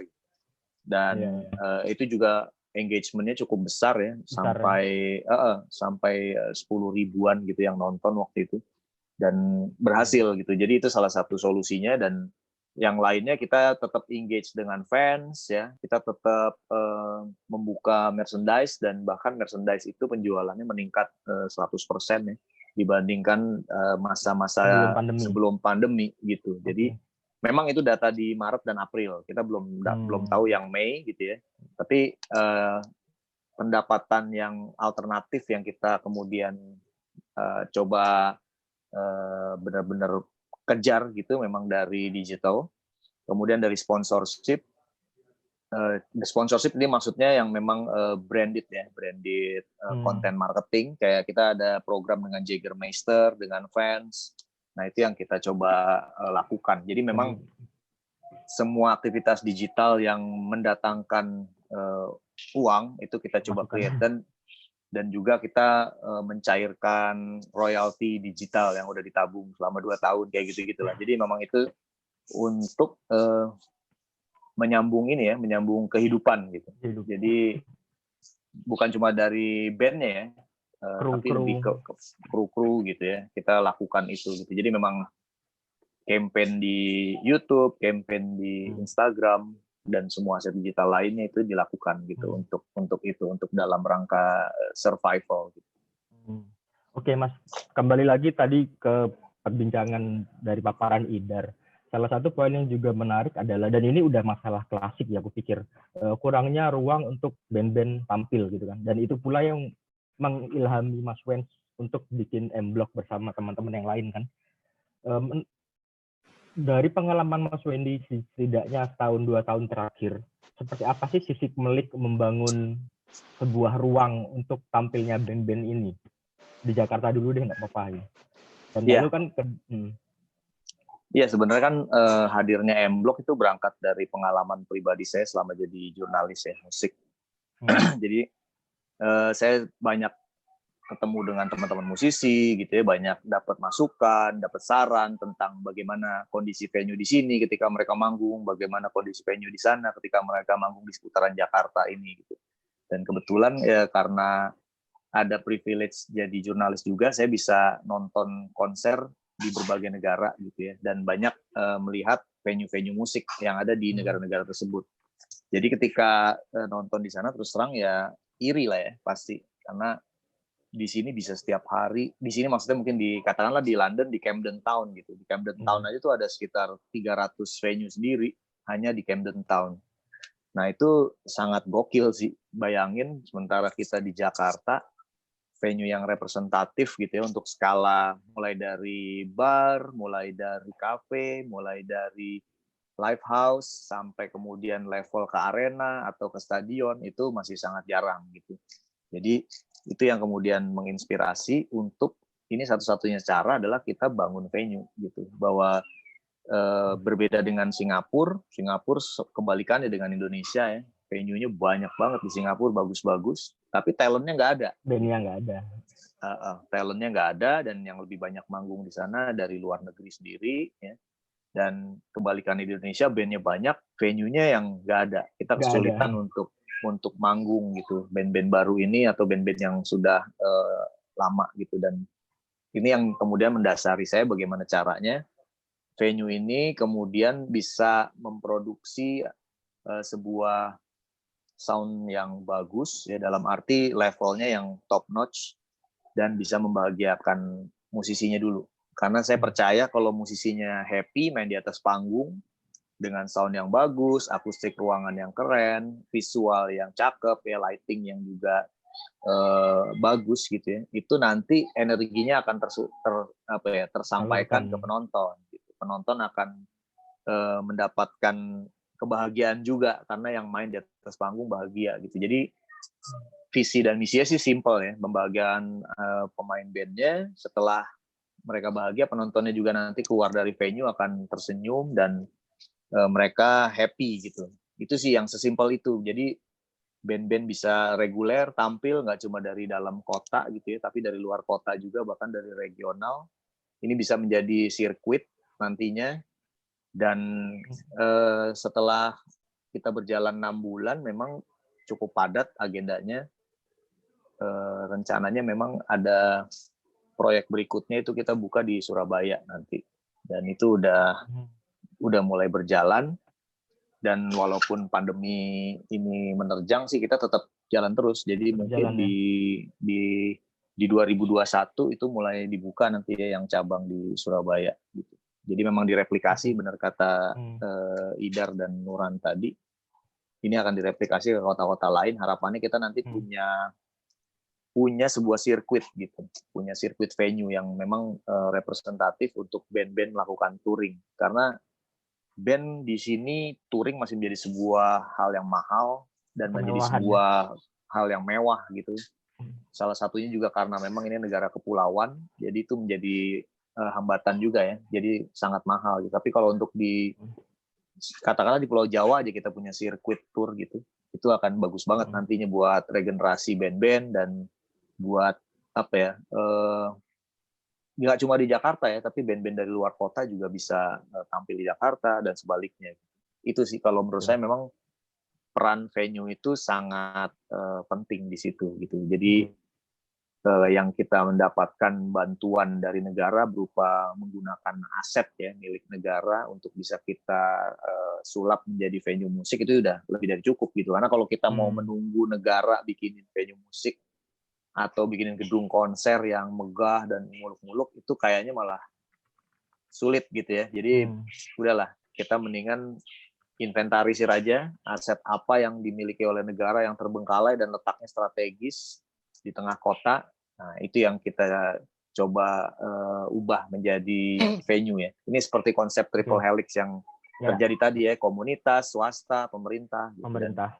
Ini salah satunya yang bisa terwujud ya dengan M-Block Space itu gitu. Itu sih mudah-mudahan. Oke, Mas Ben, terima kasih. Tapi ada satu pertanyaan lagi, Mas. Ini kan bisa dibilang M-Block itu ideal, seperti yang kata Idar bilang tadi, karena melibatkan trio ini tadi ya, pemerintah, swasta, dan komunitas. Dan sayangnya mungkin kayaknya baru di M-Block yang bisa ideal dengan melibatkan 3 triple helix tadi itu.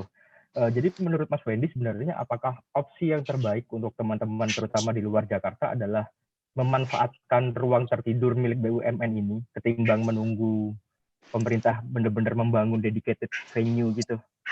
Iya betul, karena kebetulan yang di Surabaya nanti itu juga kita kolaborasi dengan BUMN juga gitu, dengan Telkom. Jadi ada bekas gedung Telegram di Surabaya dan kebetulan gedungnya cakep banget ya dari tahun 1927 kalau nggak salah atau 28. Di daerah gitu. Mana Mas Ben? Surabaya? Di Jalan Veteran. Oke. Di Surabaya Utara. Jadi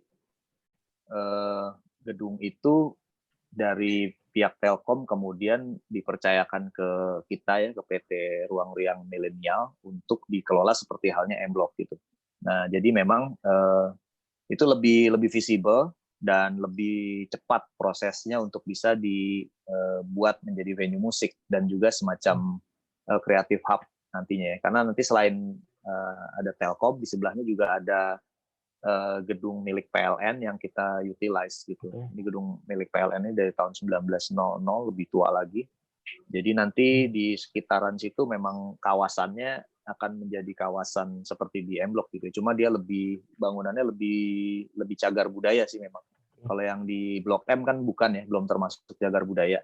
Jadi memang ada beberapa tahapan dari arsitek atau arkeolog yang harus didapatkan persetujuannya gitu. Tapi kalau tahapan levelnya sekarang udah di MOU, kita tinggal menuju ke renovasi gitu. Jadi memang ini yang paling ideal sih kayaknya model yang paling ideal. Ya, dan ya dari Kementerian Pariwisata, Kementerian Koperasi sama Kementerian BUMN juga sudah sangat mendukung sih, bahkan mereka menyediakan data gitu. Kita punya datanya. Asetnya sih gila sih terus terang BUMN ya, kalau teman-teman tahu. PLN itu dari Sabang sampai Merauke mereka punya aset. Telkom itu dari Sabang sampai Merauke mereka punya aset. Dan banyak aset-aset yang tidur yang mereka memang nggak tahu harus diapain dan letaknya sangat strategis gitu. Jadi kalau tawaran yang masuk ke kita sih sangat banyak, tapi nggak mungkin kita bisa handle semua. Makanya kita mau ngajak juga teman-teman lain mungkin yang tertarik untuk mengorganize ini bersama-sama, berkolaborasi untuk bikin jalurnya, untuk kita buka ilalangnya, kita babat rutenya gitu ya, agar ini terbuka semua jalurnya. Karena memang sangat gampang gitu dan lebih masuk akal untuk membuat ini tentunya. Dan ketimbang harus bangun karena betul. Apalagi lagi zaman pandemi gini, yang kebutuhan pokok pasti lebih urgent dibanding tersier kayak konser gitu. Jadi buat teman-teman yang ingin membangun ruang kreatif di kota masing-masing, mungkin bisa diskusi dengan Mas Wendy bagaimana membangun sebuah ruang yang melibatkan triple helix itu ya Mas Pens ya? Iya, betul. Dengan senang hati. Siap. Makasih Mas Wen. Lalu ke Mbak Kemi. Mbak Kemi. Ya, halo Mas. Mbak Kemi, ini tadi juga ada paparan yang menarik dari Idar tentang yang di kota Jakarta, bahwa pentingnya lembaga asing. Dalam hal ini mungkin ada British Council ya. Tapi kan ada masalah yang sebenarnya juga bisa kita lihat bareng-bareng, bahwa banyak, tadi yang seperti Idar bilang juga ada gap pengetahuan antara musisi di kota-kota besar seperti Jakarta, Bandung, Bali, dengan musisi di luar daerah-daerah itu. Salah satunya adalah gap tentang banyak yang nggak tahu bahwa British Council itu menyediakan akses untuk kolaborasi gitu-gitu.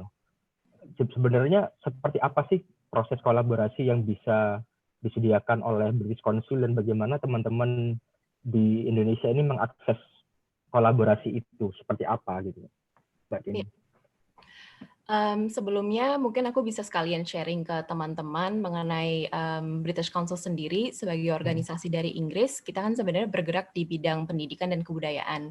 Jadi what we do is actually trying to encourage cultural relations antara Indonesia dengan Inggris. Nah, khususnya untuk di bidang musik, kita memang melihat British Music sendiri memang memiliki impact yang cukup besar ke industri di Indonesia. Tapi selama ini sektor di Indonesia belum terlalu banyak terkoneksi dengan sektor di Inggris. Kalau dari examples yang pernah British Council lakukan selama beberapa tahun ke belakang, yang kita coba adalah untuk membangun dan memfasilitasi hubungan-hubungan dan juga koneksi yang baru antara Indonesia dan Inggris. Jadi cara-cara yang biasa kami lakukan ini adalah misalnya melakukan pendukukan program residensi atau showcasing. Jadi kalau untuk residensi, misalnya kita support untuk bawa seniman atau musisi atau praktisi kreatif dari Inggris ke Indonesia, ataupun sebaliknya dari Indonesia ke Inggris. Kalau untuk showcasing, itu juga kita bisa lakukan, seperti contohnya di beberapa tahun kebelakang, kita pernah adakan yang namanya UKID Festival sebagai sebuah platform untuk showcase karya-karya terbaik dari Indonesia dan dari Inggris. Tapi sebenarnya untuk kami sendiri, kita mencoba untuk memfasilitasi suasana dan lingkungan yang nyaman sih sebenarnya, agar kedua pelaku dari Inggris dan Indonesia itu bisa saling meneruskan hubungan-hubungan yang sudah terjalin. Jadi mungkin kita bantu untuk menstimulate the relationship dari awal, tapi setelah itu yang kita harapkan hubungan-hubungan tersebut bisa terus menjadi sustainable, lalu bisa terus membangun kolaborasi, membuat karya bersama-sama, sampai akhirnya juga bisa impact ke komunitas atau ke sektor yang lainnya gitu. Jadi mungkin itu sih sebagai contoh apa yang biasanya kita lakukan melalui program-program British Council. Dan bagaimana teman-teman yang tertarik untuk bekerja sama dengan British Council ini bisa mengakses British Council, dan misalkan untuk mengajukan proposal residensi atau mengajukan proposal untuk showcase dan segala macam? Ya, sebetulnya kita juga mencoba melalui dua hal ya. Jadi yang pertama kita coba jemput bola dengan cara memfasilitasi riset ini. Dengan riset ini kan kita juga memetakan apa sih yang sebenarnya terjadi dalam ekosistem musik di Indonesia, dan apa saja gaps-gaps yang ada yang mungkin bisa kita coba bantu kontribusikan dengan menghadirkan hubungan dan connections dengan UK. Tapi selain itu sebenarnya kita juga mencoba untuk membuat platform yang mungkin lebih terbuka untuk teman-teman bisa ikut berkontribusi dan mengajukan kerjasama dengan seniman-seniman di Inggris. Yang mungkin paling disayangkan itu sebenarnya Indonesia secara potensi sektor kreatifnya sangat besar, apalagi di industri musik. Tapi UK basically doesn't know anything about us except for our tourism and Bali and everything like that. Jadi makanya itu mungkin jadi salah satu tugas besarnya British Council adalah sebelum kita bisa kayak nunjukin ke bawa Inggris ke Indonesia, kita juga harus entice UK tentang Indonesia, dan cara yang kita bisa lakukan adalah dengan mengajak teman-teman ya try and showcase your work or get your work out there untuk agar bisa kayak diperlihatkan oleh UK itu sendiri gitu. Oke, terima kasih Mbak Kemi. Idar, kembali ke Idar. Dar, kalau ini ada pertanyaan dari teman-teman di YouTube yang sedang menonton. Pertama ini ada dari Sons from the Corner. Dar, hasil penelitian lu bisa diunduh di mana? Tautannya dibagi dong, biar bisa dibaca oleh banyak orang. Itu pertama. Yang kedua, kalau jawab aja ya satu-satu. Kalau untuk yang download nanti bisa di website British Council ya, makanya apa? .co.id apa? Betul, britishcouncil.id. Tapi nanti rencananya baru akan kita upload minggu depan. Minggu depan. Itu jadi sebetulnya yang udah selesai semua atau hanya rangkuman? Ada dua versi. Ada yang rangkuman sekitar berapa? 30-40 halaman.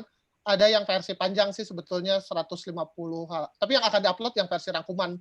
Tapi rencananya kan ada beberapa step juga si produksi si hasil penelitian ini, entah apakah mungkin nggak tahu ada beberapa lanjutannya lah, buku atau mungkin zin atau apa gitu. Tapi untuk yang sementara bisa diupload bisa di-download di website-nya British Council sih.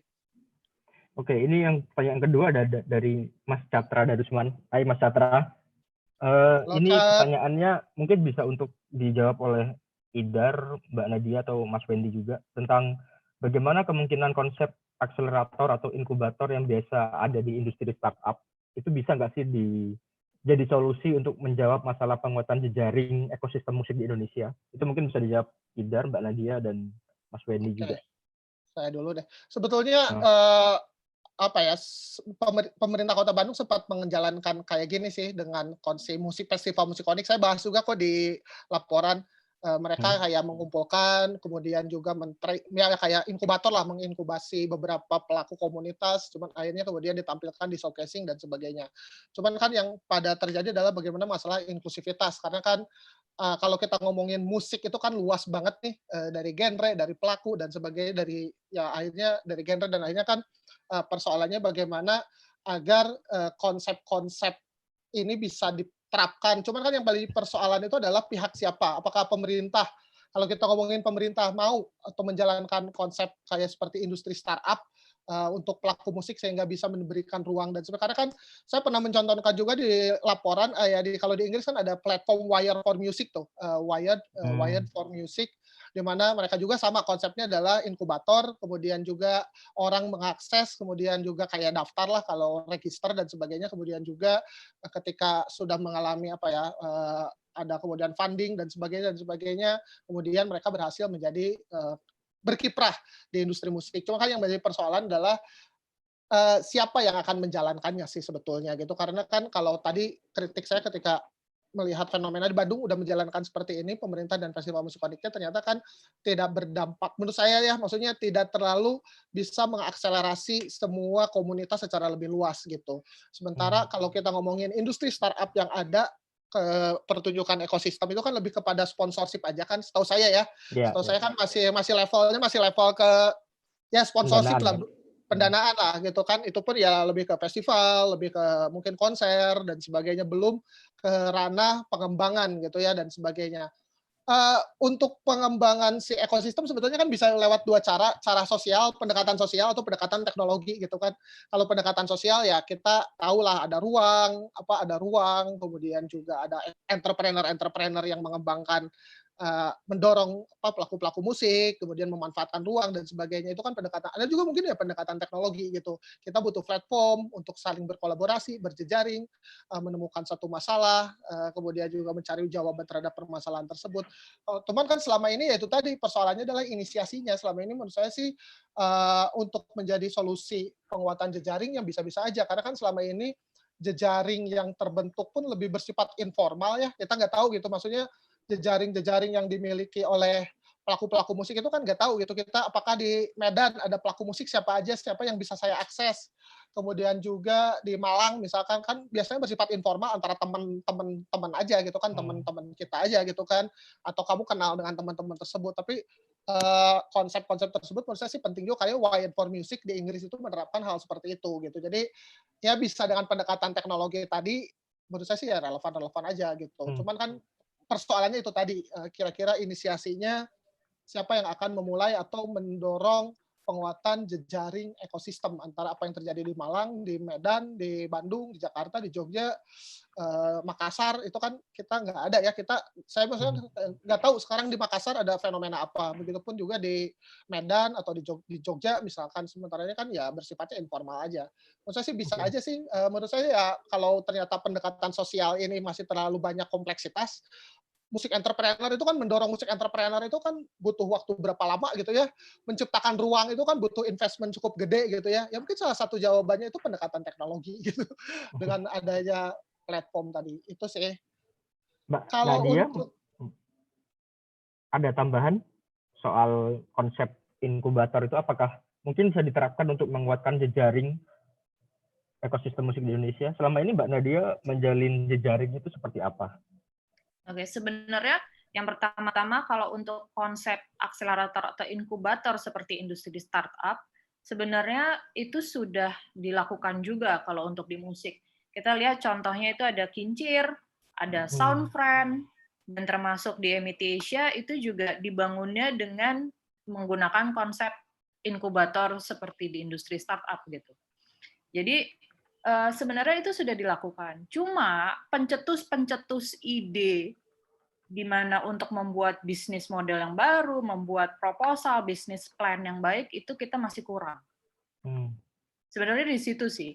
Kalau untuk modelnya, para visi di industri startup yang biasa sekarang, yang banyak itu ada, mereka terbuka-terbuka aja sebenarnya untuk mendukung apapun yang bisa mendukung di sektor musik.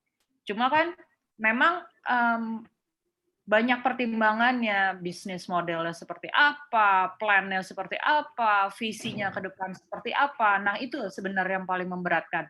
Karena kurang kuat aja sih untuk yang timbul-timbul yang baru yang seperti itu sekarang. Itu yang kurang. Jadi terkendalanya itu tadi ya, di bisnis plan-nya seperti apa, visinya, dan seperti yang dari bilang inisiatornya yang agak kesusahan ya. Iya, betul. Justru kita kekurangan inisiator sih di sini. Oke. Justru yang kurang ada. Mas Wendy mungkin mau menambahkan? Atau...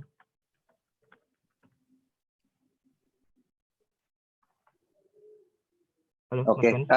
Ya. Kalau mungkin kita berpikirnya bukan seperti startup, tapi bagaimana venue itu bisa menjadi inkubator untuk regenerasi band-band sih ya.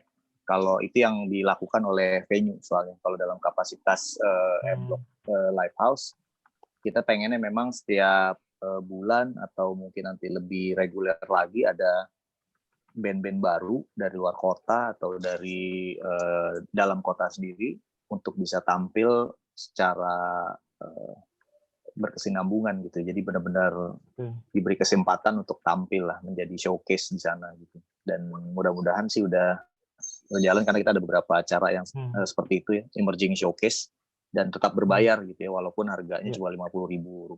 Itu main band baru semua. Jadi mungkin penguatan regenerasi dari jatuhnya ya.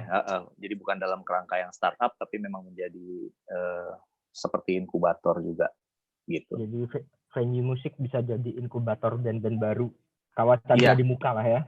Iya betul, karena banyak band bagus sebenarnya, cuma kita banyak yang nggak tahu ya. Mereka rekamannya juga bagus, tapi harus dites secara live show-nya, bagaimana showmanship-nya, bagaimana performance-nya gitu. Itu ya, yang di sisinya kita sih, misinya itu.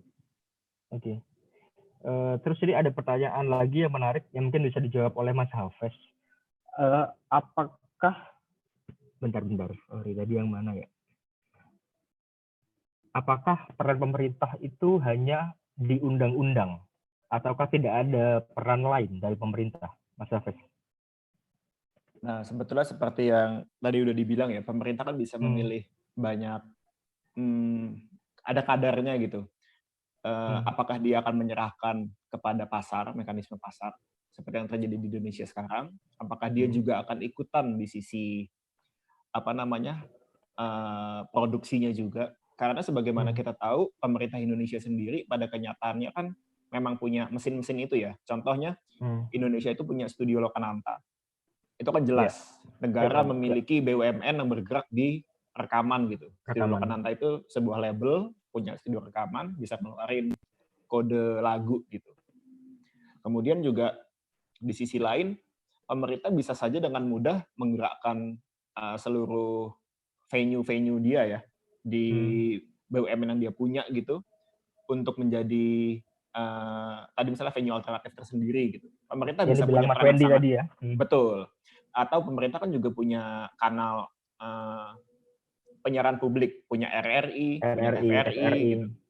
Nah, sehingga mesin-mesin negara yang sangat besar ini sebetulnya apabila negara mau dia bisa berperan sangat banyak gitu di musik. Cuma lagi-lagi pertanyaannya adalah hadirnya negara itu tidak serta-merta dia selalu mendukung. Kadang kan juga hadirnya negara kita patut curigai bahwa ada maksud-maksud lain ya. Ini yang juga harus kita perhatikan sehingga ada keseimbangan yang baik gitu. Bahwa sekarang kata kuncinya adalah negara sebagai fasilitator. Sehingga yang paling penting adalah bagaimana inisiatif yang lahir itu murni dari masyarakat gitu, murni dari senimannya. Sehingga peran pemerintah tadi adalah memastikan relasi kuasa di dalam ekosistem tetap seimbang. Dan apabila diperlukan, dia bisa memberikan fasilitasi-fasilitasi yang penting. Contoh baik adalah Mas Wendy gitu, M-Block. Di sana pemerintah bisa dikatakan hanya memberikan izin aja untuk menggunakan gedung yang dia miliki. Selebihnya sepenuhnya dari masyarakat gitu, dari pihak M-Block dan segala macam. Betul. Sehingga menurutku sentuhan pemerintah itu adalah hal yang cukup bahasa Indonesianya ya. Penting-penting nggak penting gitu. Enggak delicate gitu. Gimana gitu ya. Iya. Jadi dia itu obsolete kalau pemerintah. Jadi ketika dia menggenggam terlalu keras, maka kan musiknya akan mati gitu ya. Tapi kalau dia tidak sentuh sama sekali juga musik tidak akan berkembang dengan pesat gitu. Nah, itu jangan sampai masuk ke konten pemerintah obsolete nanti. Aku pikir fasilitator itu lah yang seharusnya jadi peran pemerintah ya. Betul, fasilitasi aja sih. Oke. Menarik itu. Terus ini ada lagi pertanyaan dari Lentera Ahimsa. Ini mungkin untuk teman-teman yang mengikuti isu tentang kota musik, termasuk di kami kemarin. Jadi bagaimana tindak lanjut terhadap ekosistem musik di Ambon setelah penetapannya sebagai kota musik? Kang Idar mungkin bisa menjawab. Di kami itu juga sempat dibahas ya? Bahas kota sih, musik. Kemarin kan pas di kami, mungkin nanti Mas Hafiz bisa lanjutin. Setahu saya sih masih pada fase jejaring ya. Maksudnya jejaring karena kan beberapa pelaku musik di sana kayak membangun jejaring dengan kota musik di UNESCO yang ada di jejaring UNESCO lainnya, baru sebatas itu yang saya tahu ya. Karena kan saya belum dengar apakah ada festival di Ambon, nggak tahu maksudnya apakah udah ada atau belum.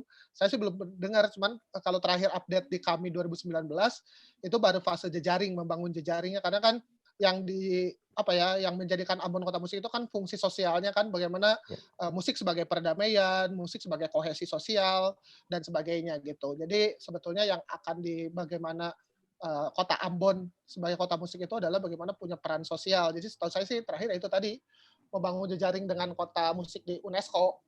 Setahu saya mungkin Mas Hafiz bisa nambahin pas di kami kemarin. Mungkin bisa nambahin. Iya, jadi sebetulnya kan kita kalau disebut kota musik UNESCO itu kan dia memiliki satu set prasyarat gitu ya. Salah satunya adalah dia harus selalu punya novelty, harus punya sebuah kebaruan gitu ketika dia ditetapkan sebagai kota musik. Nah, aku berpandangan bahwa ketika Ambon dijadikan kota musik, agendanya adalah bagaimana kemudian si pemerintah kotanya sendiri menjadi terpacu untuk mempertahankan si titel ini. Karena titel ini bisa dicabut ketika UNESCO menganggap bahwa kota musik Ambon tidak ada pembaruan gitu. Sehingga ketika dia dicanangkan sebagai kota musik, diharapkan nantinya program-program yang berkaitan dengan musik di kota Ambon juga tumbuh. Nah, sepengetahuanku adalah yang direncanakan Ambon itu diharapkan dia punya satu venue besar gitu yang bisa dijadikan sebagai nomor representatif untuk konser-konser berskala setidaknya nasional. Kemudian juga dia diharapkan nantinya punya konservatorium gitu. Nah, dua hal ini yang sebetulnya menjadi pembicaraan cukup hangat gitu ya sejak 2018. Bagaimana Ambon kemudian bisa dijadikan tanda kutip gitu ya, mercusuar gitu musik di Indonesia. Karena selama ini kan Indonesia tidak punya konservatori ya, kita punyanya adalah universitas musik gitu. Universitas isi ya, institut kata-kata. Dan yang namanya universitas itu kan akan jauh lebih kepada keilmuannya, bukan di praktek. Sehingga harapannya ketika dia jadi kota musik, dia sebagai satu ekosistem yang lengkap, mulai dari pendidikannya ada, kemudian juga ada bisnisnya di sana, ada juga nanti sampai ke eksibisi. Nah itu juga kemudian kemarin dipikirkan, apakah mungkin perusahaan rekaman yang selama ini basisnya semua di Jakarta, sedikit demi sedikit itu diberikan insentif supaya bisa bergeser ke Ambon. Kemarin juga ada ide, kan kita punya beberapa kek ya, kawasan ekonomi khusus gitu. Misalnya kayak Batam kan itu kek industri pabrik gitu. Semua pabrik kalau di sana dikasih insentif. Ada juga kek pariwisata. Nah mungkin nggak sih ada kek musik gitu di Ambon? Jadi kalau perusahaan rekaman bangun studionya di Ambon, dia misalnya dapat insentif apa? Sehingga sebagai satu titel gitu, si kota musik ini tidak menjadi sebatas kayak Kalpataru gitu. Jangan aja. Iya, sebuah titel yang digilir lah ibaratnya. Semua kota akan bisa kok dapat titel itu, tinggal nunggu giliran. Itu sih sebetulnya perkembangan terkini. Mungkin lebih lanjut kita bisa kontak ke Ambon Music Office kali ya. Itu kan satu badan ya di bawah Pemkot Ambon yang khusus dibuat untuk si Ambon Kota Musik ini. Oke, terima kasih Mas Yafes tambahannya. Terus ini pertanyaan keempat ini mungkin juga bisa dijawab oleh teman-teman semua. Dari Aming Putri, sebenarnya bagaimana peran media lokal atau nasional dalam denyut ekosistem musik indie di ketiga kota itu? Mas Wendy mungkin yang bisa menjawab dulu sebagai mantan jurnalis musik. Iya. Itu pertanyaan bagus banget sih sebenarnya. Dan terus terang memang nggak gampang untuk menjawab hal ini nih, karena habis ya ininya, paling mungkin yang non korporasi ya jadinya ya. Bagaimana blog, media komunitas, blogger, website yang rata-rata semuanya online. Perannya sih tetap menurut saya sih karena masing-masing orang sudah menjadi media sekarang ya. Bahkan seorang Jering aja udah jadi media mainstream kalau menurut ininya Holil gitu ya. Jadi peran itu sebenarnya sudah tergantikan oleh akun-akun media sosial. Cuma kan permasalahannya jurnalismenya dipertanyakan lah di situ ya. Bagaimana kalau yang namanya media musik pasti ada unsur jurnalismenya di situ, bukan cuma sekedar menyampaikan informasi, ada ulasan, ada review, ada resensi, ada analisa gitu ya, yang memang bisa dipertanggungjawabkan nggak cuma dari sisi konten, tapi juga dari cara penyajiannya. Jadi benar-benar faktual dan bukan hoax dan datanya empirik gitu. Nah itu yang masih kekurangan ya. Salah satunya mungkin yang paling stand out sih sementara ini saya ngeliat baru Pop Hari Ini ya. Pop Hari Ini, terus siapa lagi ya? Sulit gitu yang secara online, karena yang spesifik benar-benar di musik itu nggak banyak yang tersisa sekarang. Betul. Yang benar-benar menyajikan kontennya dengan kriteria jurnalisme itu tadi gitu. Jadi menurut saya sih emang ini jawabannya harus dicari bareng-bareng gitu ya, karena orang juga kayak sekarang lebih seneng follow media sosial untuk mendapatkan updates gitu. Terbaru. Dan betul perlu dipikirkan inisiasi yang mungkin nggak perlu dari satu korporasi ya, bisa dari luar korporasi untuk bisa menjadi channel yang bagus di musik gitu, yang menunjang semuanya gitu. Ya seperti zamannya masih ada Rolling Stone, High, Tracks gitu ya. Atau nggak tahu deh, apa jangan-jangan emang udah nggak dibutuhin lagi media-media seperti itu gitu. Itu mungkin bisa. Dan ini kan semuanya udah digital native gitu anak-anaknya sekarang ya. Jadi ya yang cetak udah usang mungkin gitu ya, yang gaya korporasi sudah nggak berjalan lagi, bankrupt gitu kan. Ya itu inisiasi-inisiasi baru dalam jurnalisme musik sih yang diperlukan gitu. Atau bergantung pada blog-blog masing-masing penulis sekarang. Personal gitu ya? Iya, gitu. Itu sih.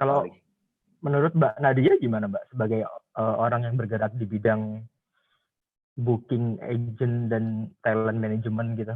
Apakah sekarang peran media-media itu sudah digantikan oleh media sosial dan masih perlu nggak sih media lokal nasional atau masih relevan nggak sih dalam tanda kutip mengorbitkan atau mereview sebuah produk dari sebuah band misalkan? Sebenarnya saya punya contoh kasus atau contoh perbandingan yang menarik sih.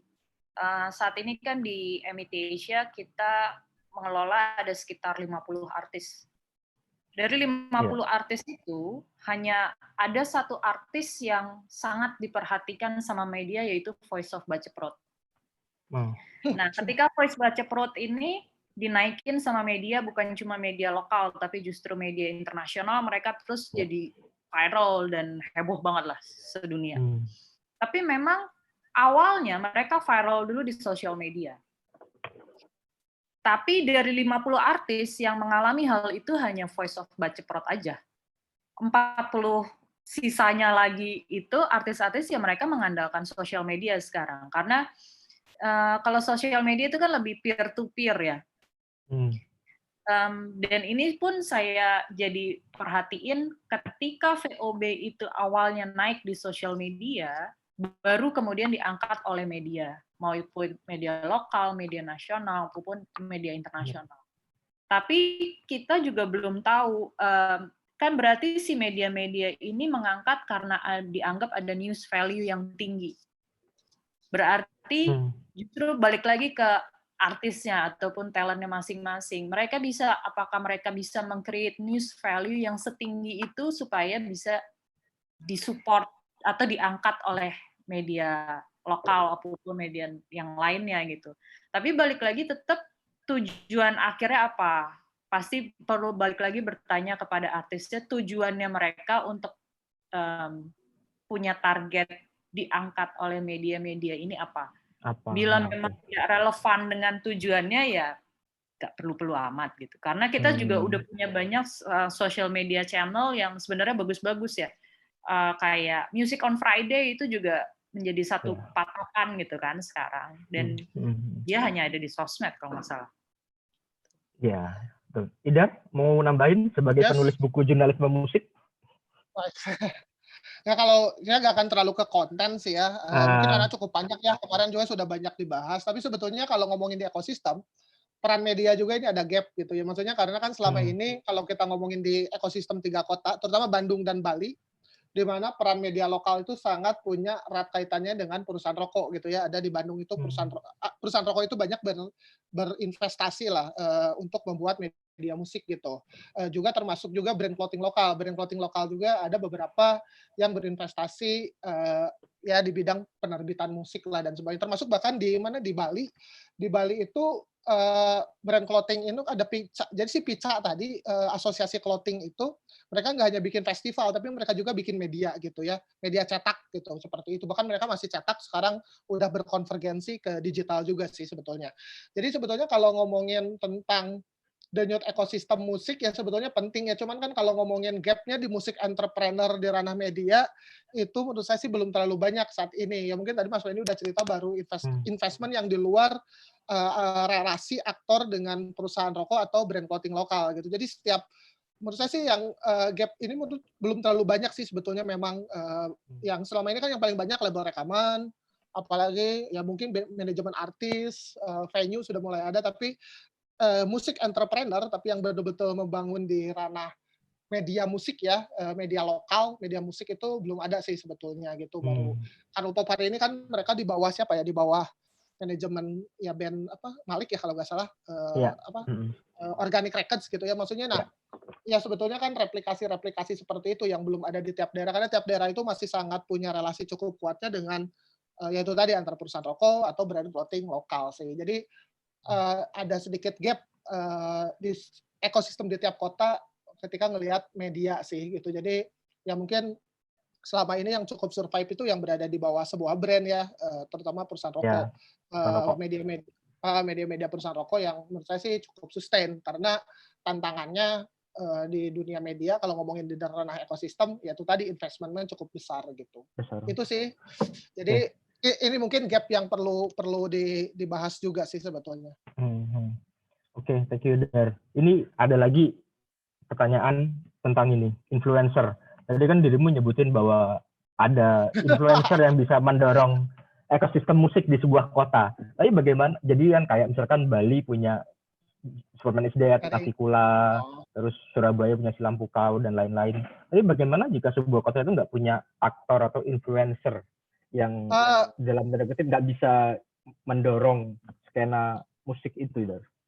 Oke, pertama mungkin agak sedikit dikonfirmasi, aktor itu bukan influencer ya. Saya nyebutin tadi banyak aktor itu bukan influencer, aktor itu bisa dia itu bisa pemerintahnya, bisa komunitasnya, bisa entrepreneurnya, bisa lembaga asing. Dia salah paham berarti ini. Jadi aktor itu bukan aktor, tapi aktor itu kan bagaimana peran-peran aktor. Saya ngelihatnya kan di sebuah kota itu kan yang mendorong ekosistem itu kan gak hanya satu aktor kan, pasti ada 2 atau 3 aktor, entah itu mungkin perusahaan, ada komunitas, ada juga mungkin government, ada juga lembaga asing, mungkin itu ya. Jadi sebetulnya yang perlu kita lihat bukan influencernya, tapi aktor apa sih yang paling kuat. Kalau ternyata memang di kota kamu yang kekuatan paling kuatnya itu dalam modal sosial, komunitasnya misalkan. Karena kan kalau kita ngomongin ekosistem, sebelum era kita masuk ke fase tata kelola, tadi kita boleh lihat kita udah masuk ke fase tata kelola, udah jadi industri, ada banyak investment, ada banyak perusahaan, ada banyak brand, udah bisa ya minimal maksudnya kita sudah menjadi sebuah industri yang mendatangkan nilai ekonomi lah. Tapi sebetulnya kan pada fase awal ketika kita ngomongin aktor paling kuat di ekosistem musik ya komunitasnya itu sendiri kan. Dulu kan jualan, ya mungkin Mas Wendy bisa cerita, jual zin yang beli kan teman-teman sendiri, bikin rekaman yang beli teman-teman sendiri gitu. Jadi menurut saya sih yang paling penting bukan masalah tokohnya ya, tapi bagaimana sih kita melihat karakteristik sebuah kota, kira-kira modal kekuatan tadi kan ada yang di drive dan modal ekonomi, kayak tadi Mas Wendy cerita Singapura gitu kan, Singapura lebih kekuatannya itu infrastruktur dan modal ekonomi. Tapi kan ada satu kayak di Bali itu kan yang paling kuatnya itu modal sosial gitu. Peran-peran aktornya itu banyak banget gitu. Si komunitas-komunitas yang mereka bikin sesuatunya itu banyak banget. Jadi sebetulnya kalau menurut saya sih bukan masalah influencer individual ya. Kita ngomongin ekosistem itu tidak ngomongin ranah pendorongnya itu individual, tapi bersifat aktor-aktor. Jadi semakin luas dukungan aktor-aktor tersebut, yang menurut saya sih semakin menarik ketika aktor tersebut atau komunitas tersebut ada aktor dari segi pemerintah, ada aktor dari segi industri pendanaan, entah startup, entah perusahaan rokok, entah brand clothing lokal, atau mungkin dari pihak aktor yang lain lagi gitu, lembaga asing, juga mungkin dari government. Menurut saya sih ya semakin luas aktor-aktor itu bisa berjejaring ya lebih bagus gitu ya. Cuman kan di setiap di 3 kota tadi kan topologi aktornya itu tidak terlalu banyak gitu kan, rata-rata hanya 2-3 aktor gitu antara komunitas dengan brand, kemudian dengan satu perusahaan misalkan kayak gitu sih. Atau tadi makanya ideal banget itu adalah triple helix, karena triple helix itu sangat ya kasarnya harmonis lah, meskipun ya pendekatan double helix hanya komunitas dan perusahaan itu kan ya akhirnya banyak kepentingan lah mungkinnya kalau kita lihat ya entah isu kooptasi, isu-isu seperti itulah, mungkin akhirnya komunitas jadi perpanjangan tangan dan sebagainya gitu sih. Jadi begitu. Jadi yang tadi nanya itu jadi salah paham. Jadi aktor itu bukan influencer ya. Yang dimaksud Idar itu adalah peran-peran aktor-aktor pemerintah, swasta dan lain-lain. Mungkin ya karena Zoom dibatasi hanya 3 jam, jadi kayaknya 2 pertanyaan lagi ya teman-teman. Ini ada pertanyaan dari Irfan Nasution.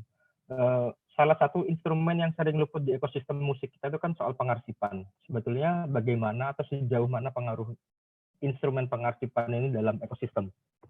Dar, mungkin bisa dijawab. Sebetulnya kan sudah mulai, ya itu tadi, kalau tadi ngomongin ke aspek legal, sebetulnya sudah ada wacana pengarsipan itu di Undang-Undang Pemajuan Kebudayaan, sama bahkan rekomendasi kami yang 12 poin itu ada termasuk poin pengarsipan.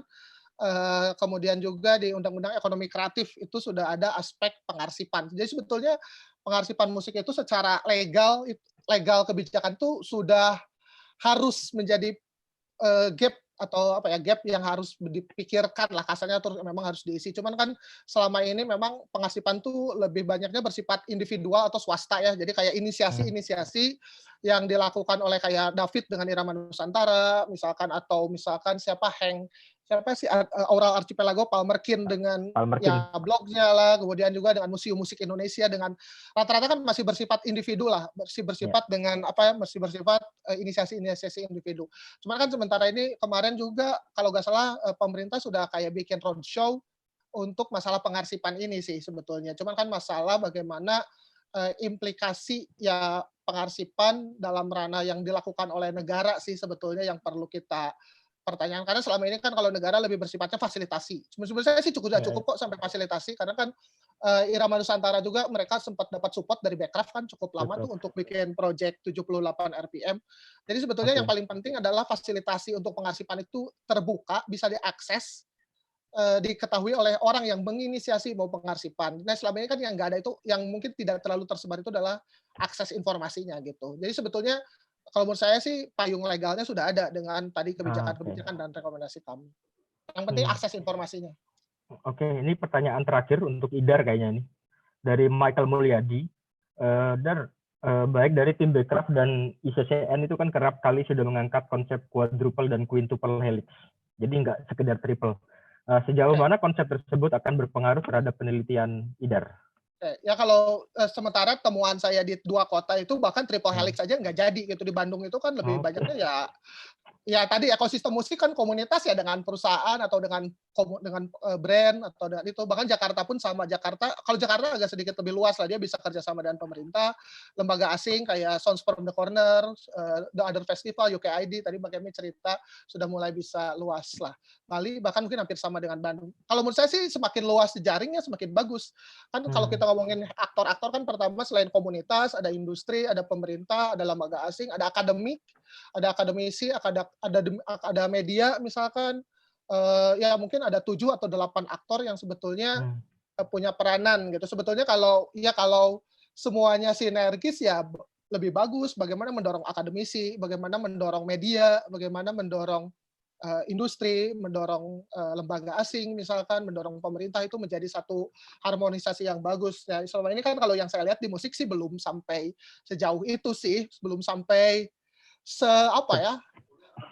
kan di kampus gitu pengarsipan musik kan nggak dijalankan oleh kampus gitu kan, pengarsipan musik dijalankan oleh David Tarigan gitu kan. Maksudnya kalau di ranah ekosistem musik maksudnya kajian ya lebih baik inisiasi menurut saya sih lebih bagus ya, makin luas si aktornya itu lebih bagus gitu. Ya quadruple, makanya menurut saya sih kunci utamanya agar tercipta quadruple atau quintuple kan kayak ICCN kan kayak asosiasinya lah ya, Creative Cities Network kan.